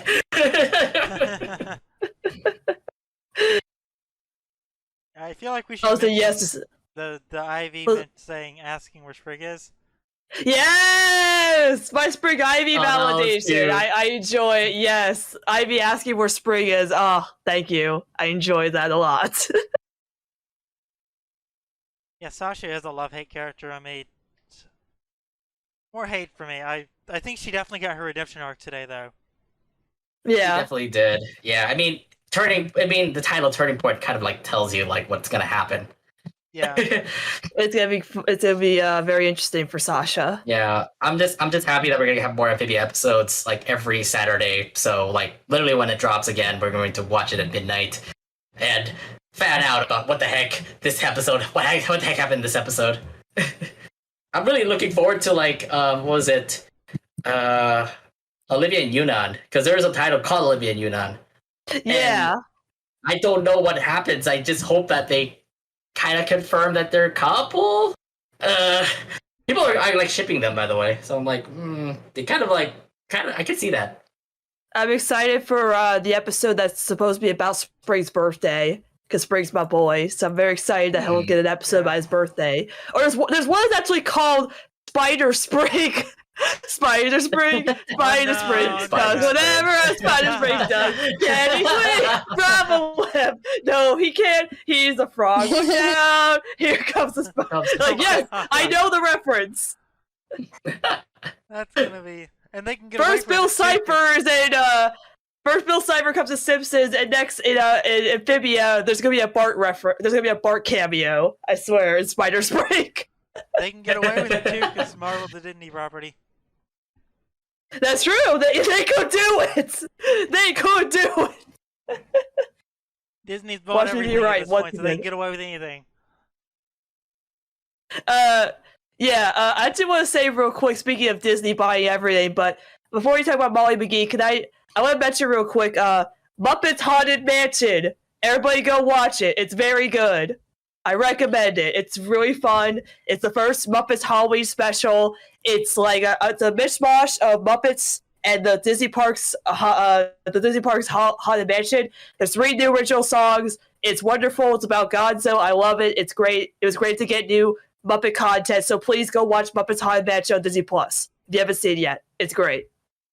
That was my little plug. Anyway, Okay. because Disney has everything. They also own the Muppets, so I had to plug it in there Yes. somewhere. Yeah. They own everything. Yes, we know. Yes, Kermit and Piggy dressing up as each other. Yes, my validation. I love it. There's always been a validation though, but then again, yeah, I love the Kermit and Miss Piggy ships there. Oh, Kobe, there's about like 999 ghosts, but for you, there's always room for one more. See, I threw a Haunted Mansion reference in there. Are you writing Haunted Mansion now? I'm a Disney Parks fan. I know that by heart. There you go, Kobe. Now go watch it. Now you'll be the other ghost, the 1,000th ghost. Join the club. Okay, so I mean, the last thing I have on the list is Molly McGee, the newest Disney Molly show, McGee, which more ghosts. honestly, I didn't expect to like it as much as I do. Oh, I love it. I have to It's say, great. I've only watched the first 3 episodes. I know there's 2 more that I have to catch up on, but it's funny. Like, it's really funny. I love the fact that the voice of Shake from Aquatine Hunger Force is actually in the show. Yeah. I'm like, wow, you came from yeah. And he was also gazpacho and chowder. Yes. Oh yeah. He was. Either way, like it's kind of funny. Like he came from an Adult Swim cartoon and all the way to a Daisy Channel cartoon. So it's like, oh, okay. So no, you're adult humor now, right? He actually followed me on Twitter the other day, Nice. That's and I had to cool. look up. Yeah, I had to look up who he was, and I was like, "Oh my gosh! Wait a minute, that was gazpacho." But I yeah, love Scratch. Scratch is my favorite character. He's a great my guy. favorite. Dude, He's my favorite anime tsundere character. Molly, I'm gonna say is relatable. Like, Oh, she's yeah. totally like, Yeah. she's totally like the spirit child. She's totally like the spirit child I am. so hyper, so interactive and all that. How do you say Andrea's name again? Andrea. Not Andrea. Andrea. Andrea. Andrea. If you say Andrea, she'll quit it. She'll get onto you. Yeah. I know. That's why I'm saying it that way. That one. I mean, I love that episode, and I know there's more about Andrea coming up. I think I got that wrong again, did I? Okay. Anyways. And of course, Libby is also amazing. Dude, I mean, Libby's like adorable. Like, I love the fact that she's voiced by Lisa Loud. I know, and you can totally hear, Yeah. you can totally hear the voice too. Like, you can totally hear it in her. Not the raspy voice you see it from Lisa, but it's definitely there when you hear her. I think my most relatable character though is Daryl his name? Yes, Daryl. Yeah, I just really like Brother. I can see why. He's like a little Carl. He's like a Carl type. Yeah. I wasn't gonna come out and say it, but I'm glad you did. I basically call him the tamer Bart. I also like Daryl, but I call it like I also like Daryl because he's like a Bart to me too. So I wasn't gonna say, but hey, it's the truth. We all have our types. Yeah. Like, Yeah. I was just gonna say, what doesn't one of the writers on this show, didn't she used to work on the Loud House too? Yes, Sammy? Sammy. It's Sammy, yeah. Yeah. Yes. I love how those, like, you know, the people who make the Loud House are making their own making cartoons, like helping out making new cartoons as well. So glad to see Sammy move on to a good cartoon like Ghost Molly McGee. I've only seen the first episode so far. I need to watch it again. Or finish watching it, but I just always forget about it. I actually just finished the 5th one this morning. Very good show to start. Didn't they get renewed for season 2? Already, yeah. Before it even came out. So there's plenty more to come. Oh yeah. I love the fact they're all released on Disney Plus, so we have like our we have 3 weeks of pretty much episodes for us to watch. Anyways. Oh, so you notice something funny is they're airing this show, Molly McGee, Amphibia, and Miraculous, like all on the same day. So like Saturday mornings you get like all 3 of those shows. So I thought like yesterday we had like Disney Channel here announced that like there's like I think they announced like their next air dates for when they're airing Miraculous, and like I saw the schedule and it also had Amphibia and Molly McGee on it, and I was like, oh, that's cool. So if you like all 3 of those, you get like your weekends are gonna be fun. Oh yeah. Yeah. But it was kind of funny because I was like, oh, there's these new Miraculous episodes. So then I was like, oh, these are Amphibia titles that no one has seen before. So I was like, I have to share this with the Amphibia people and the Molly McGee people. Yeah. I was like, yes. I was like, I know the tweet says Miraculous on it, but just look at the screenshots, okay? That's what I'm sharing it for. And then I think there was like a promo. They actually aired a promo today that had all 3 of those shows. And I was like, wow, Disney Channel is actually promoting Miraculous now, because like I saw their trailers that they had for season 4 before. It was just reusing scenes from season 3. And this one, it was Molly McGee, Amphibia, and Miraculous, and they actually used clips from new episodes. And I was like, and I know this because it was episodes that I've seen already that in other countries. And I was like, oh yes, they're actually doing good this time, hyping up all this stuff. Yeah, it's a shame what happened with Yowl House. Yeah. Oh man. Yeah. Oh no. That's I mean, topic I for know another about this time, whole story about it. Yeah, I know the story about that. I felt bad for Dana just because of Disney's decision. Yeah. Yeah. You want to know something? You want to know? Oh, never mind. Sorry. I was just gonna say that's a big story for another time because it's quite the rabbit hole. Right. Yeah, I was just gonna say I thought it was funny. Like a while ago, I saw like Miraculous got renewed for season 6 and 7, and I saw a bunch of like this one Owl House fan who was like, "So Owl House gets canceled, but this show gets 7 seasons," and I was laughing. I was laughing at it. I was laughing at it because I was like, first of all, Disney does not own Miraculous. It is owned by a different company. They just air it. So you need to step back for a second. I just think it's funny when they do that, though, because I'm like, y'all do realize, well, obviously they don't because they don't know anything about it, but that show is the only thing keeping SAG alive. So they have to keep it going. I'm like, but Disney doesn't, if they did, then it wouldn't have aired on Nickelodeon when it first came out. So Nickelodeon missed out big time. Yeah. On that one, like they do with everything else. That's a story for another day.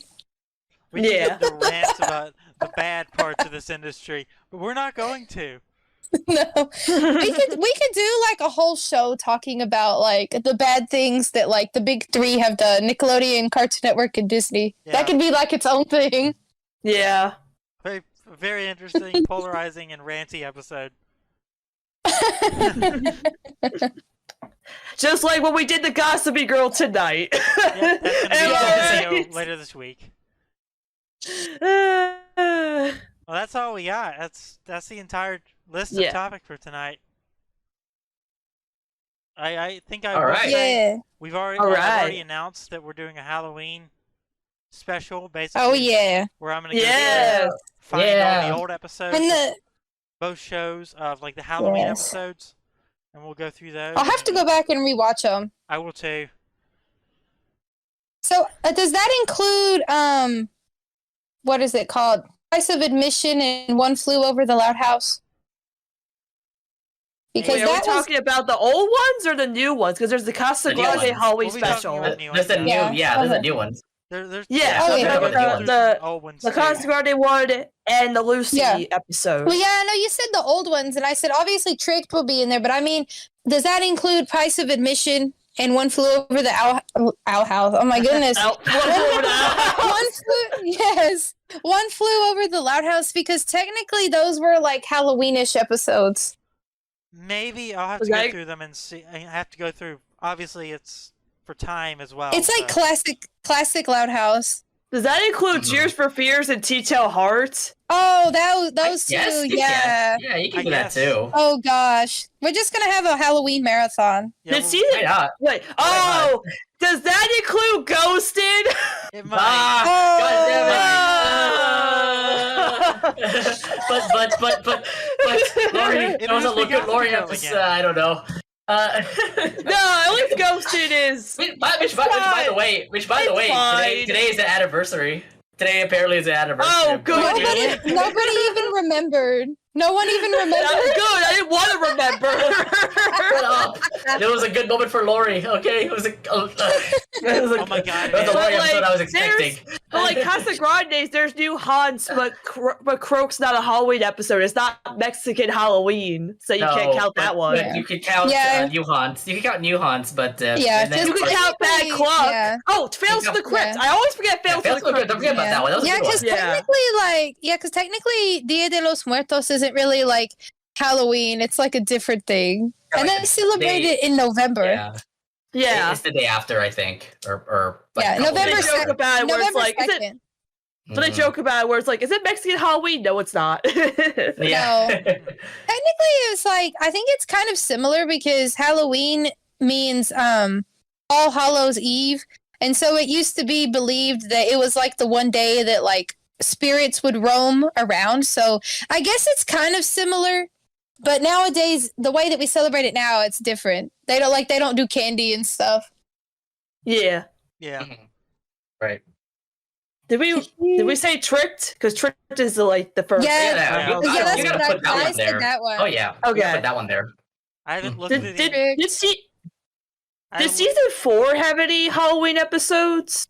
Loud House? I don't think so. I think it does. I don't think it does. Oh. Yeah. Tea Towel Heart was in 3, right? That was in 3, Yeah. yes. She was referring to Tea Towel Heart. I don't think season 4 had any, like... I don't think so. I don't think it had any holiday ones.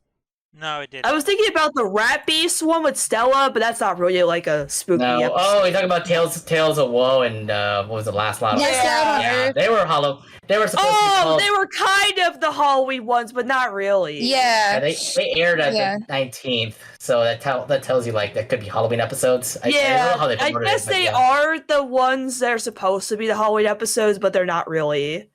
Kind of. Not scary, really. I mean, Last Light on Earth is like a zombie apocalypse, so I guess you could say it's like a horror one that maybe, I don't know. Maybe. Yeah. I'll figure out all of that between now and then, but it's gonna happen October 30th, the night before. So that way we know. Right. That way we know what episodes we need to rewatch. Yeah. I'll get to you as soon as I can. Oh, I rewatched all of those when I rewatched the entire series for the Loud House movie, so I'm already fresh in my mind. Yeah, there you go. Like I need to like I have Paramount Plus, but like I want to break out my Loud House DVDs because I've got the first 2 seasons, and then I'm gonna be buying. I'm gonna be buying the season 3 one whenever it comes out. I think it comes out next month. Yeah, I have all the Loud House DVDs, and then I also have Casagrandes season 1 on DVD, which Paramount Plus. Come on, man, get updated already. 5 episodes, do the whole thing already. Yeah, and exactly. You know what's funny is like they're on Paramount Plus. Like the last Loud House episode they have is Kings of the Cod. Good. Wonderful choice, Paramount Plus. Hey, why would you do that? Why would you do that? Make that to the last episode. What a wonderful one to stop on. Here's the thing. Whenever I watch that, I just want to think of the positive things that like the superhero part. Yeah, the just superhero watch it part. for the. Yeah, just watch it for the second part. As like you you know and Sid. Okay, Yeah. here's one kind of funny thing about that episode, though, and like Sunny will know this, what I'm talking about, is it aired like a week after this one Miraculous episode called Cat Blanc. Yes. I was like, so we get 2 angry kitties in the same week? But you know, did Cat Blanc air like the same day as Horoscope? Right? Yes, it did. Yes. The whiplash was crazy.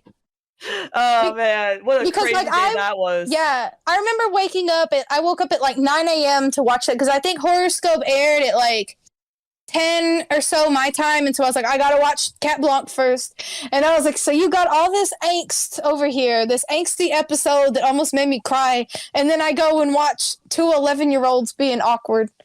Yeah. Plus there was that one Luani episode that aired too, and that one was good too. We had 2 shipping episodes on the same day. That was amazing. With Cat Blanc. Like that was just whiplash. Yeah, it's like yesterday. I stayed up till 3 a.m. to watch Muppets Haunted Mansion. And I'm like, yes, Muppets Haunted Mansion. Oh yeah, today's also Date with Destiny. Now I'm also scared again. Oh crap! That's also like we had we also had the Miraculous New York special came out on the same day that I think it was Strife of the Party came out, and I was like, oh Lord, that's gonna be crazy. 2 different, and that one it was kind of angsty, but it was mostly like it was really good. And then you have these Loud House episodes that were also kind of crazy. I don't remember which one came on with that one, but that was a good day too. Yeah. I just like it. I hope Miraculous and Loud House have more coinciding premieres because it's always fun to have like your mood change so fast. Like, Miraculous was sad today, but this Loud House episode was just crazy. I was gonna say, when's the next time Miraculous has an episode premiering? Over here, it's October 23rd, I think. Oh, that week is also going to be a new episode of Loud House on the 21st. Oh, hey. And that's the Lily episode, by the way. Nat, there you go. Oh my god. How ironic is that? Oh my god. And there's actually 2 episodes that weekend. There's one airing here in the States, and then there's one airing that next day in France. So 2 episodes. Oh my god. That's crazy. Yes. Oh my goodness. Oh. And it's the one when Marinette's parents get akumatized for some reason. I don't know what it is yet. That's all I know about it. Oh my man. Goodness. Oh my goodness. One thing I will say before we wrap up, Yeah. I just remembered the Casagrandes turned 2 on October 14th. Yes. Oh my god! We forgot about it. You're right about that, actually. Dude! Oh, I'm so old. And I So we have to put a 2-year anniversary for this. I unintentionally planned the next episode of my podcast for the 14th. Nice. Oh, that's wait. We have a podcast episode on Thursday, a mini episode podcast on Thursday. How funny is that? We're actually going to be reviewing episodes, and one of them is Gossipy Girl. So, ooh. Oh, not the anniversary! Oh, my. Why did it have to be like that? Why do you gotta do me like that? That's funny that like the Halloween episode is coming out a day after the anniversary. That's kind of funny, actually, when you think about it. The Carl Halloween episode. It's a family Halloween episode, not just Carl. The family episode. If you see the promos. Yeah. And I thought it was, and I know Nate, you and Seren will enjoy this, but like I thought it was kind of funny how like in the new Big City Greens, you had Tilly dressed up like her dad, and then CJ's dressed up like his grandpa in the new costume. Yeah, it's very yeah. cute. I was like, that's kind of funny. It's cute. Okay. Man, I gotta do something for the anniversry then. Yeah, I'm Now. gonna put something up. We're doing it on Thursday, so we're gonna be live on Thursday for that. And then Sunny, November 9th, I think it is, will be 2 years since the Horoscope. Oh my god! Oh boy, here we go. And I just remember that. And like Oh you my said, I God. remember that because it's also the 2-year anniversary of when Cat Blanc came out. So like I can remember they were on the same day. Because the thing is, like last year I did Ronnie Kid Week during the week of the first anniversary of Horoscope because my friend Weeby decided to do he did Stella Kid Week the week of August 4th, but then he decided not to do it this year, so I did Ronnie Kid Week the week of August 4th for the anniversary of Save Date. Now I gotta do something for the anniversary of Horoscope. I gotta do it. Yes. My Destiny, do Destino, do something for the Destino. Oh my god, the 2-year anniversary of Horoscope. Oh my god. And I just remembered I have that episode on DVD. Oh yeah. Oh, it is man. on DVD. The whole Casagrandes. Yeah, it's on the DVD. You know what's funny though is like Curse came out last year around the same time in November as Horoscope did. So what if they announce a Ronnie Kid episode in November around the same time as Horoscope? Oh my goodness. Again. Yes. Oh my god, please do it. Casa, if you're listening, please do it. I'm still waiting for the inevitable renewal of the seasons. Oh yeah. Yeah. Well, we'll talk about that later. I mean, right now we're just enjoying the seasons right now. And where's the Casagrande movie? Come I'm still on. waiting Oh on man, that. are we waiting for that announcement too? A Casagrandes movie? Yeah. I know some people want that. Oh, it's gonna happen. It's Or gonna like- happen. Or like, where's the Ronnie Anne DLC?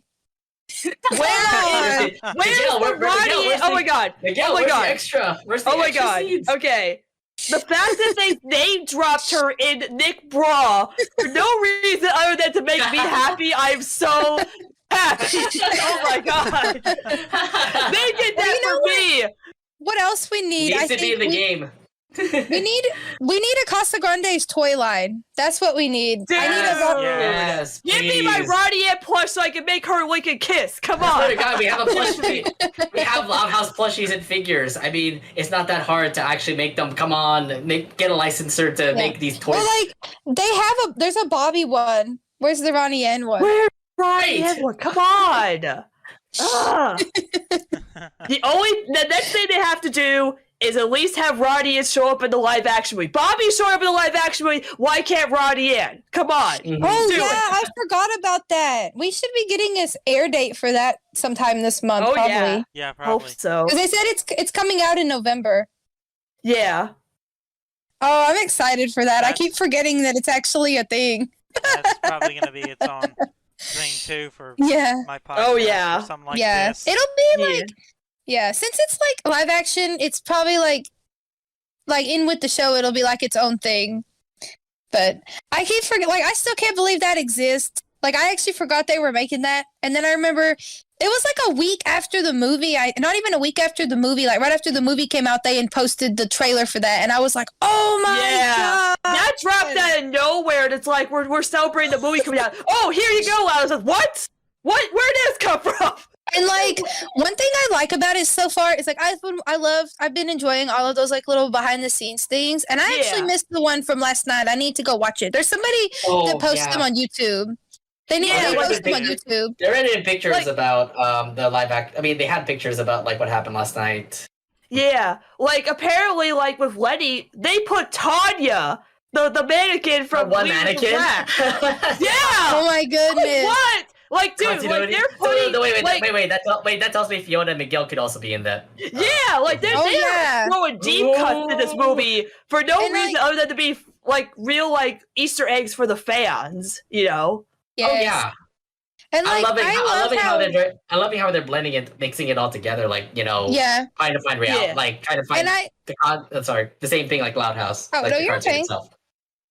Yeah, and like I like how all of the like cast members act just like the Loud kids, because like if you go on their Instagrams, like they all comment on each other's photos, and they're like I saw I think it was the actresses that play Lori and Lenny, they were like calling Lincoln's actor their little brother. They were like, oh, thank you, little bro. I was like, oh my God, that is so cute. That's cute. That's awesome. I still can't believe that I predicted who was going to play Lana and Lola too over a year ago. Mm-hmm. Because I remember posting when they first announced it, I was like, oh, I think those two twins from, I don't know if you guys have ever seen Jane the Virgin, but that's what I know them from. I was like, oh, they would be perfect for Lana and Lola. And then when I freaking saw the trailer, I was like, oh my God, that's them! That's them! I knew it! And then, and can we talk about how they have their dad's voice actor still playing him? That is just perfect. That makes this movie worth watching. He does make it does make sense. He actually makes like a perfect. Well, obviously he he does both live action and of course it's animated. perfect. Yeah, because he was in Sweet Life of Zack and Cody too. Yep. That's where like everyone knows him as Arwen. Arwen, yes. Arwen, yeah. And then he was the dad in Nicky, Ricky, Dicky, and Dawn. And then he also voiced the dad in Kick Patowski too. Yeah, he's in all kinds of stuff. He's been around kid stuff. Yeah. Yeah. So like, oh yeah, and I think Sam might be in it too, because like they had Sam and Luna written on the mirror. Yeah, they did the Luna mirror that says "I Heart Sam." I'm like, oh my God, okay, so Sam, hopefully she's in there. Oh, I think Sam will be. I think at least like Mr. Grouse will probably be in it too, because he's like their neighbor. Yeah. Oh my God! Can y'all imagine live action Flip? No. It's gonna happen. They're gonna do it. You know they're gonna do it, guys. I know it's gonna happen. They're gonna do it. Yeah, we know it's gonna happen. I think it would be hilarious. I love how they've been putting up as much characters as they can. So they have the McBride's dads. They have what was it? They have Mr. Grouse. We saw Mr. Grouse. Yeah. They had Catherine Mulligan, the reporter. Mulligan, I saw her. Yeah, she's there. What I think would be hilarious. Yeah, no, go ahead. Sorry. No, I was going to say, I noticed one thing when I was watching the behind the scenes is I think it's funny how they have Clyde in the Loud family picture, like he's part of their family. Yeah. I mean, it kind of is true with the show. He is kind of part of the family, honestly. True, yeah. But no, I was going to say, I think it would be funny if like they had John DiMaggio still play Flip, even though I know he's not that old, but they could make him look old enough to be. Yeah. They probably will. Yeah, they'll do it. It should be a surprise. They put him in the anime movie. They're gonna put him in the live action movie somehow. They always do it. That would be so funny. That'd be Oh so my funny, goodness. Okay. That's all I've got for tonight. I guess we go to the part where you can plug yourselves for a few seconds each. Yep. Alrighty. I guess I can go. I guess I can go first then. So yeah, my name is Nate. I am the co-admin of the fan page of the Loud House, Twitter and Instagram. You can follow us on our Instagram and Twitter at fan page of TLH. We also have a YouTube channel as well. Just search up on YouTube fan page of the Loud House and the Casagrandes. We always record our Loud Casa talks there. So go ahead and check our YouTube out. Look at our recent reviews. This Thursday we are going to do a review as well for the latest Casagrandes episodes. So hope you can be able to see us there. And of course, if you want to check out our YouTube, make sure you also subscribe and hit the bells in order for you to be notified of when we will come on. And also listen to our Loud Casa Talks on all podcasts and Anchor, Spotify, Google Podcasts, wherever you listen to podcasts. Hello, everybody. My name is Sunny Eclipse. You can follow me on Twitter, @SunnyEclipse, or on Instagram at @SunshineEclipse, where I do most of my fan art for majority of the fandoms that I enjoy. I also have commissions if you want to commission me for something. I'm closed right now, but if you want to squeeze in for one last commission, I'll accept one last commission for October, and I'll be closed for this, and I'll open in November. But then you can also listen to my podcast, Casa Loud Chats. You can follow Casa Loud Chats on Twitter and listen to the audio version on Spotify, iTunes, wherever you listen to podcasts. Because I uploaded a recent episode talking about all the Casagrandes episodes, including my distaste for Gossipy Girl, like tonight. But if you want to listen to more of me rant about it on my podcast, it's Casa Loud Chats at Twitter and on all of your streaming platforms. And yeah, that's me. So go do that. Thank you. And of course, you guys can follow me on Twitter at Wyoming Parmesan. And I usually just tweet about, I like to tweet about all kinds of stuff. So, and then my Instagram is Wyoming 2016. And that is also a personal account, but I don't mind if you guys follow me on there. It's for everything, pretty much. But you'll also see stuff about life.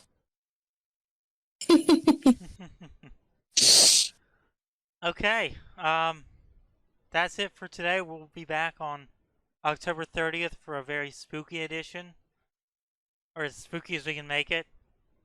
I'm not very good at being spooky, so you guys will have to help me with that. Yes. Yeah. Spooky. All right. Spooky. Ooh. Ooh. Spooky. Ooh. Well, we'll see you next time. All right. Bye. Goodbye. Bye, guys.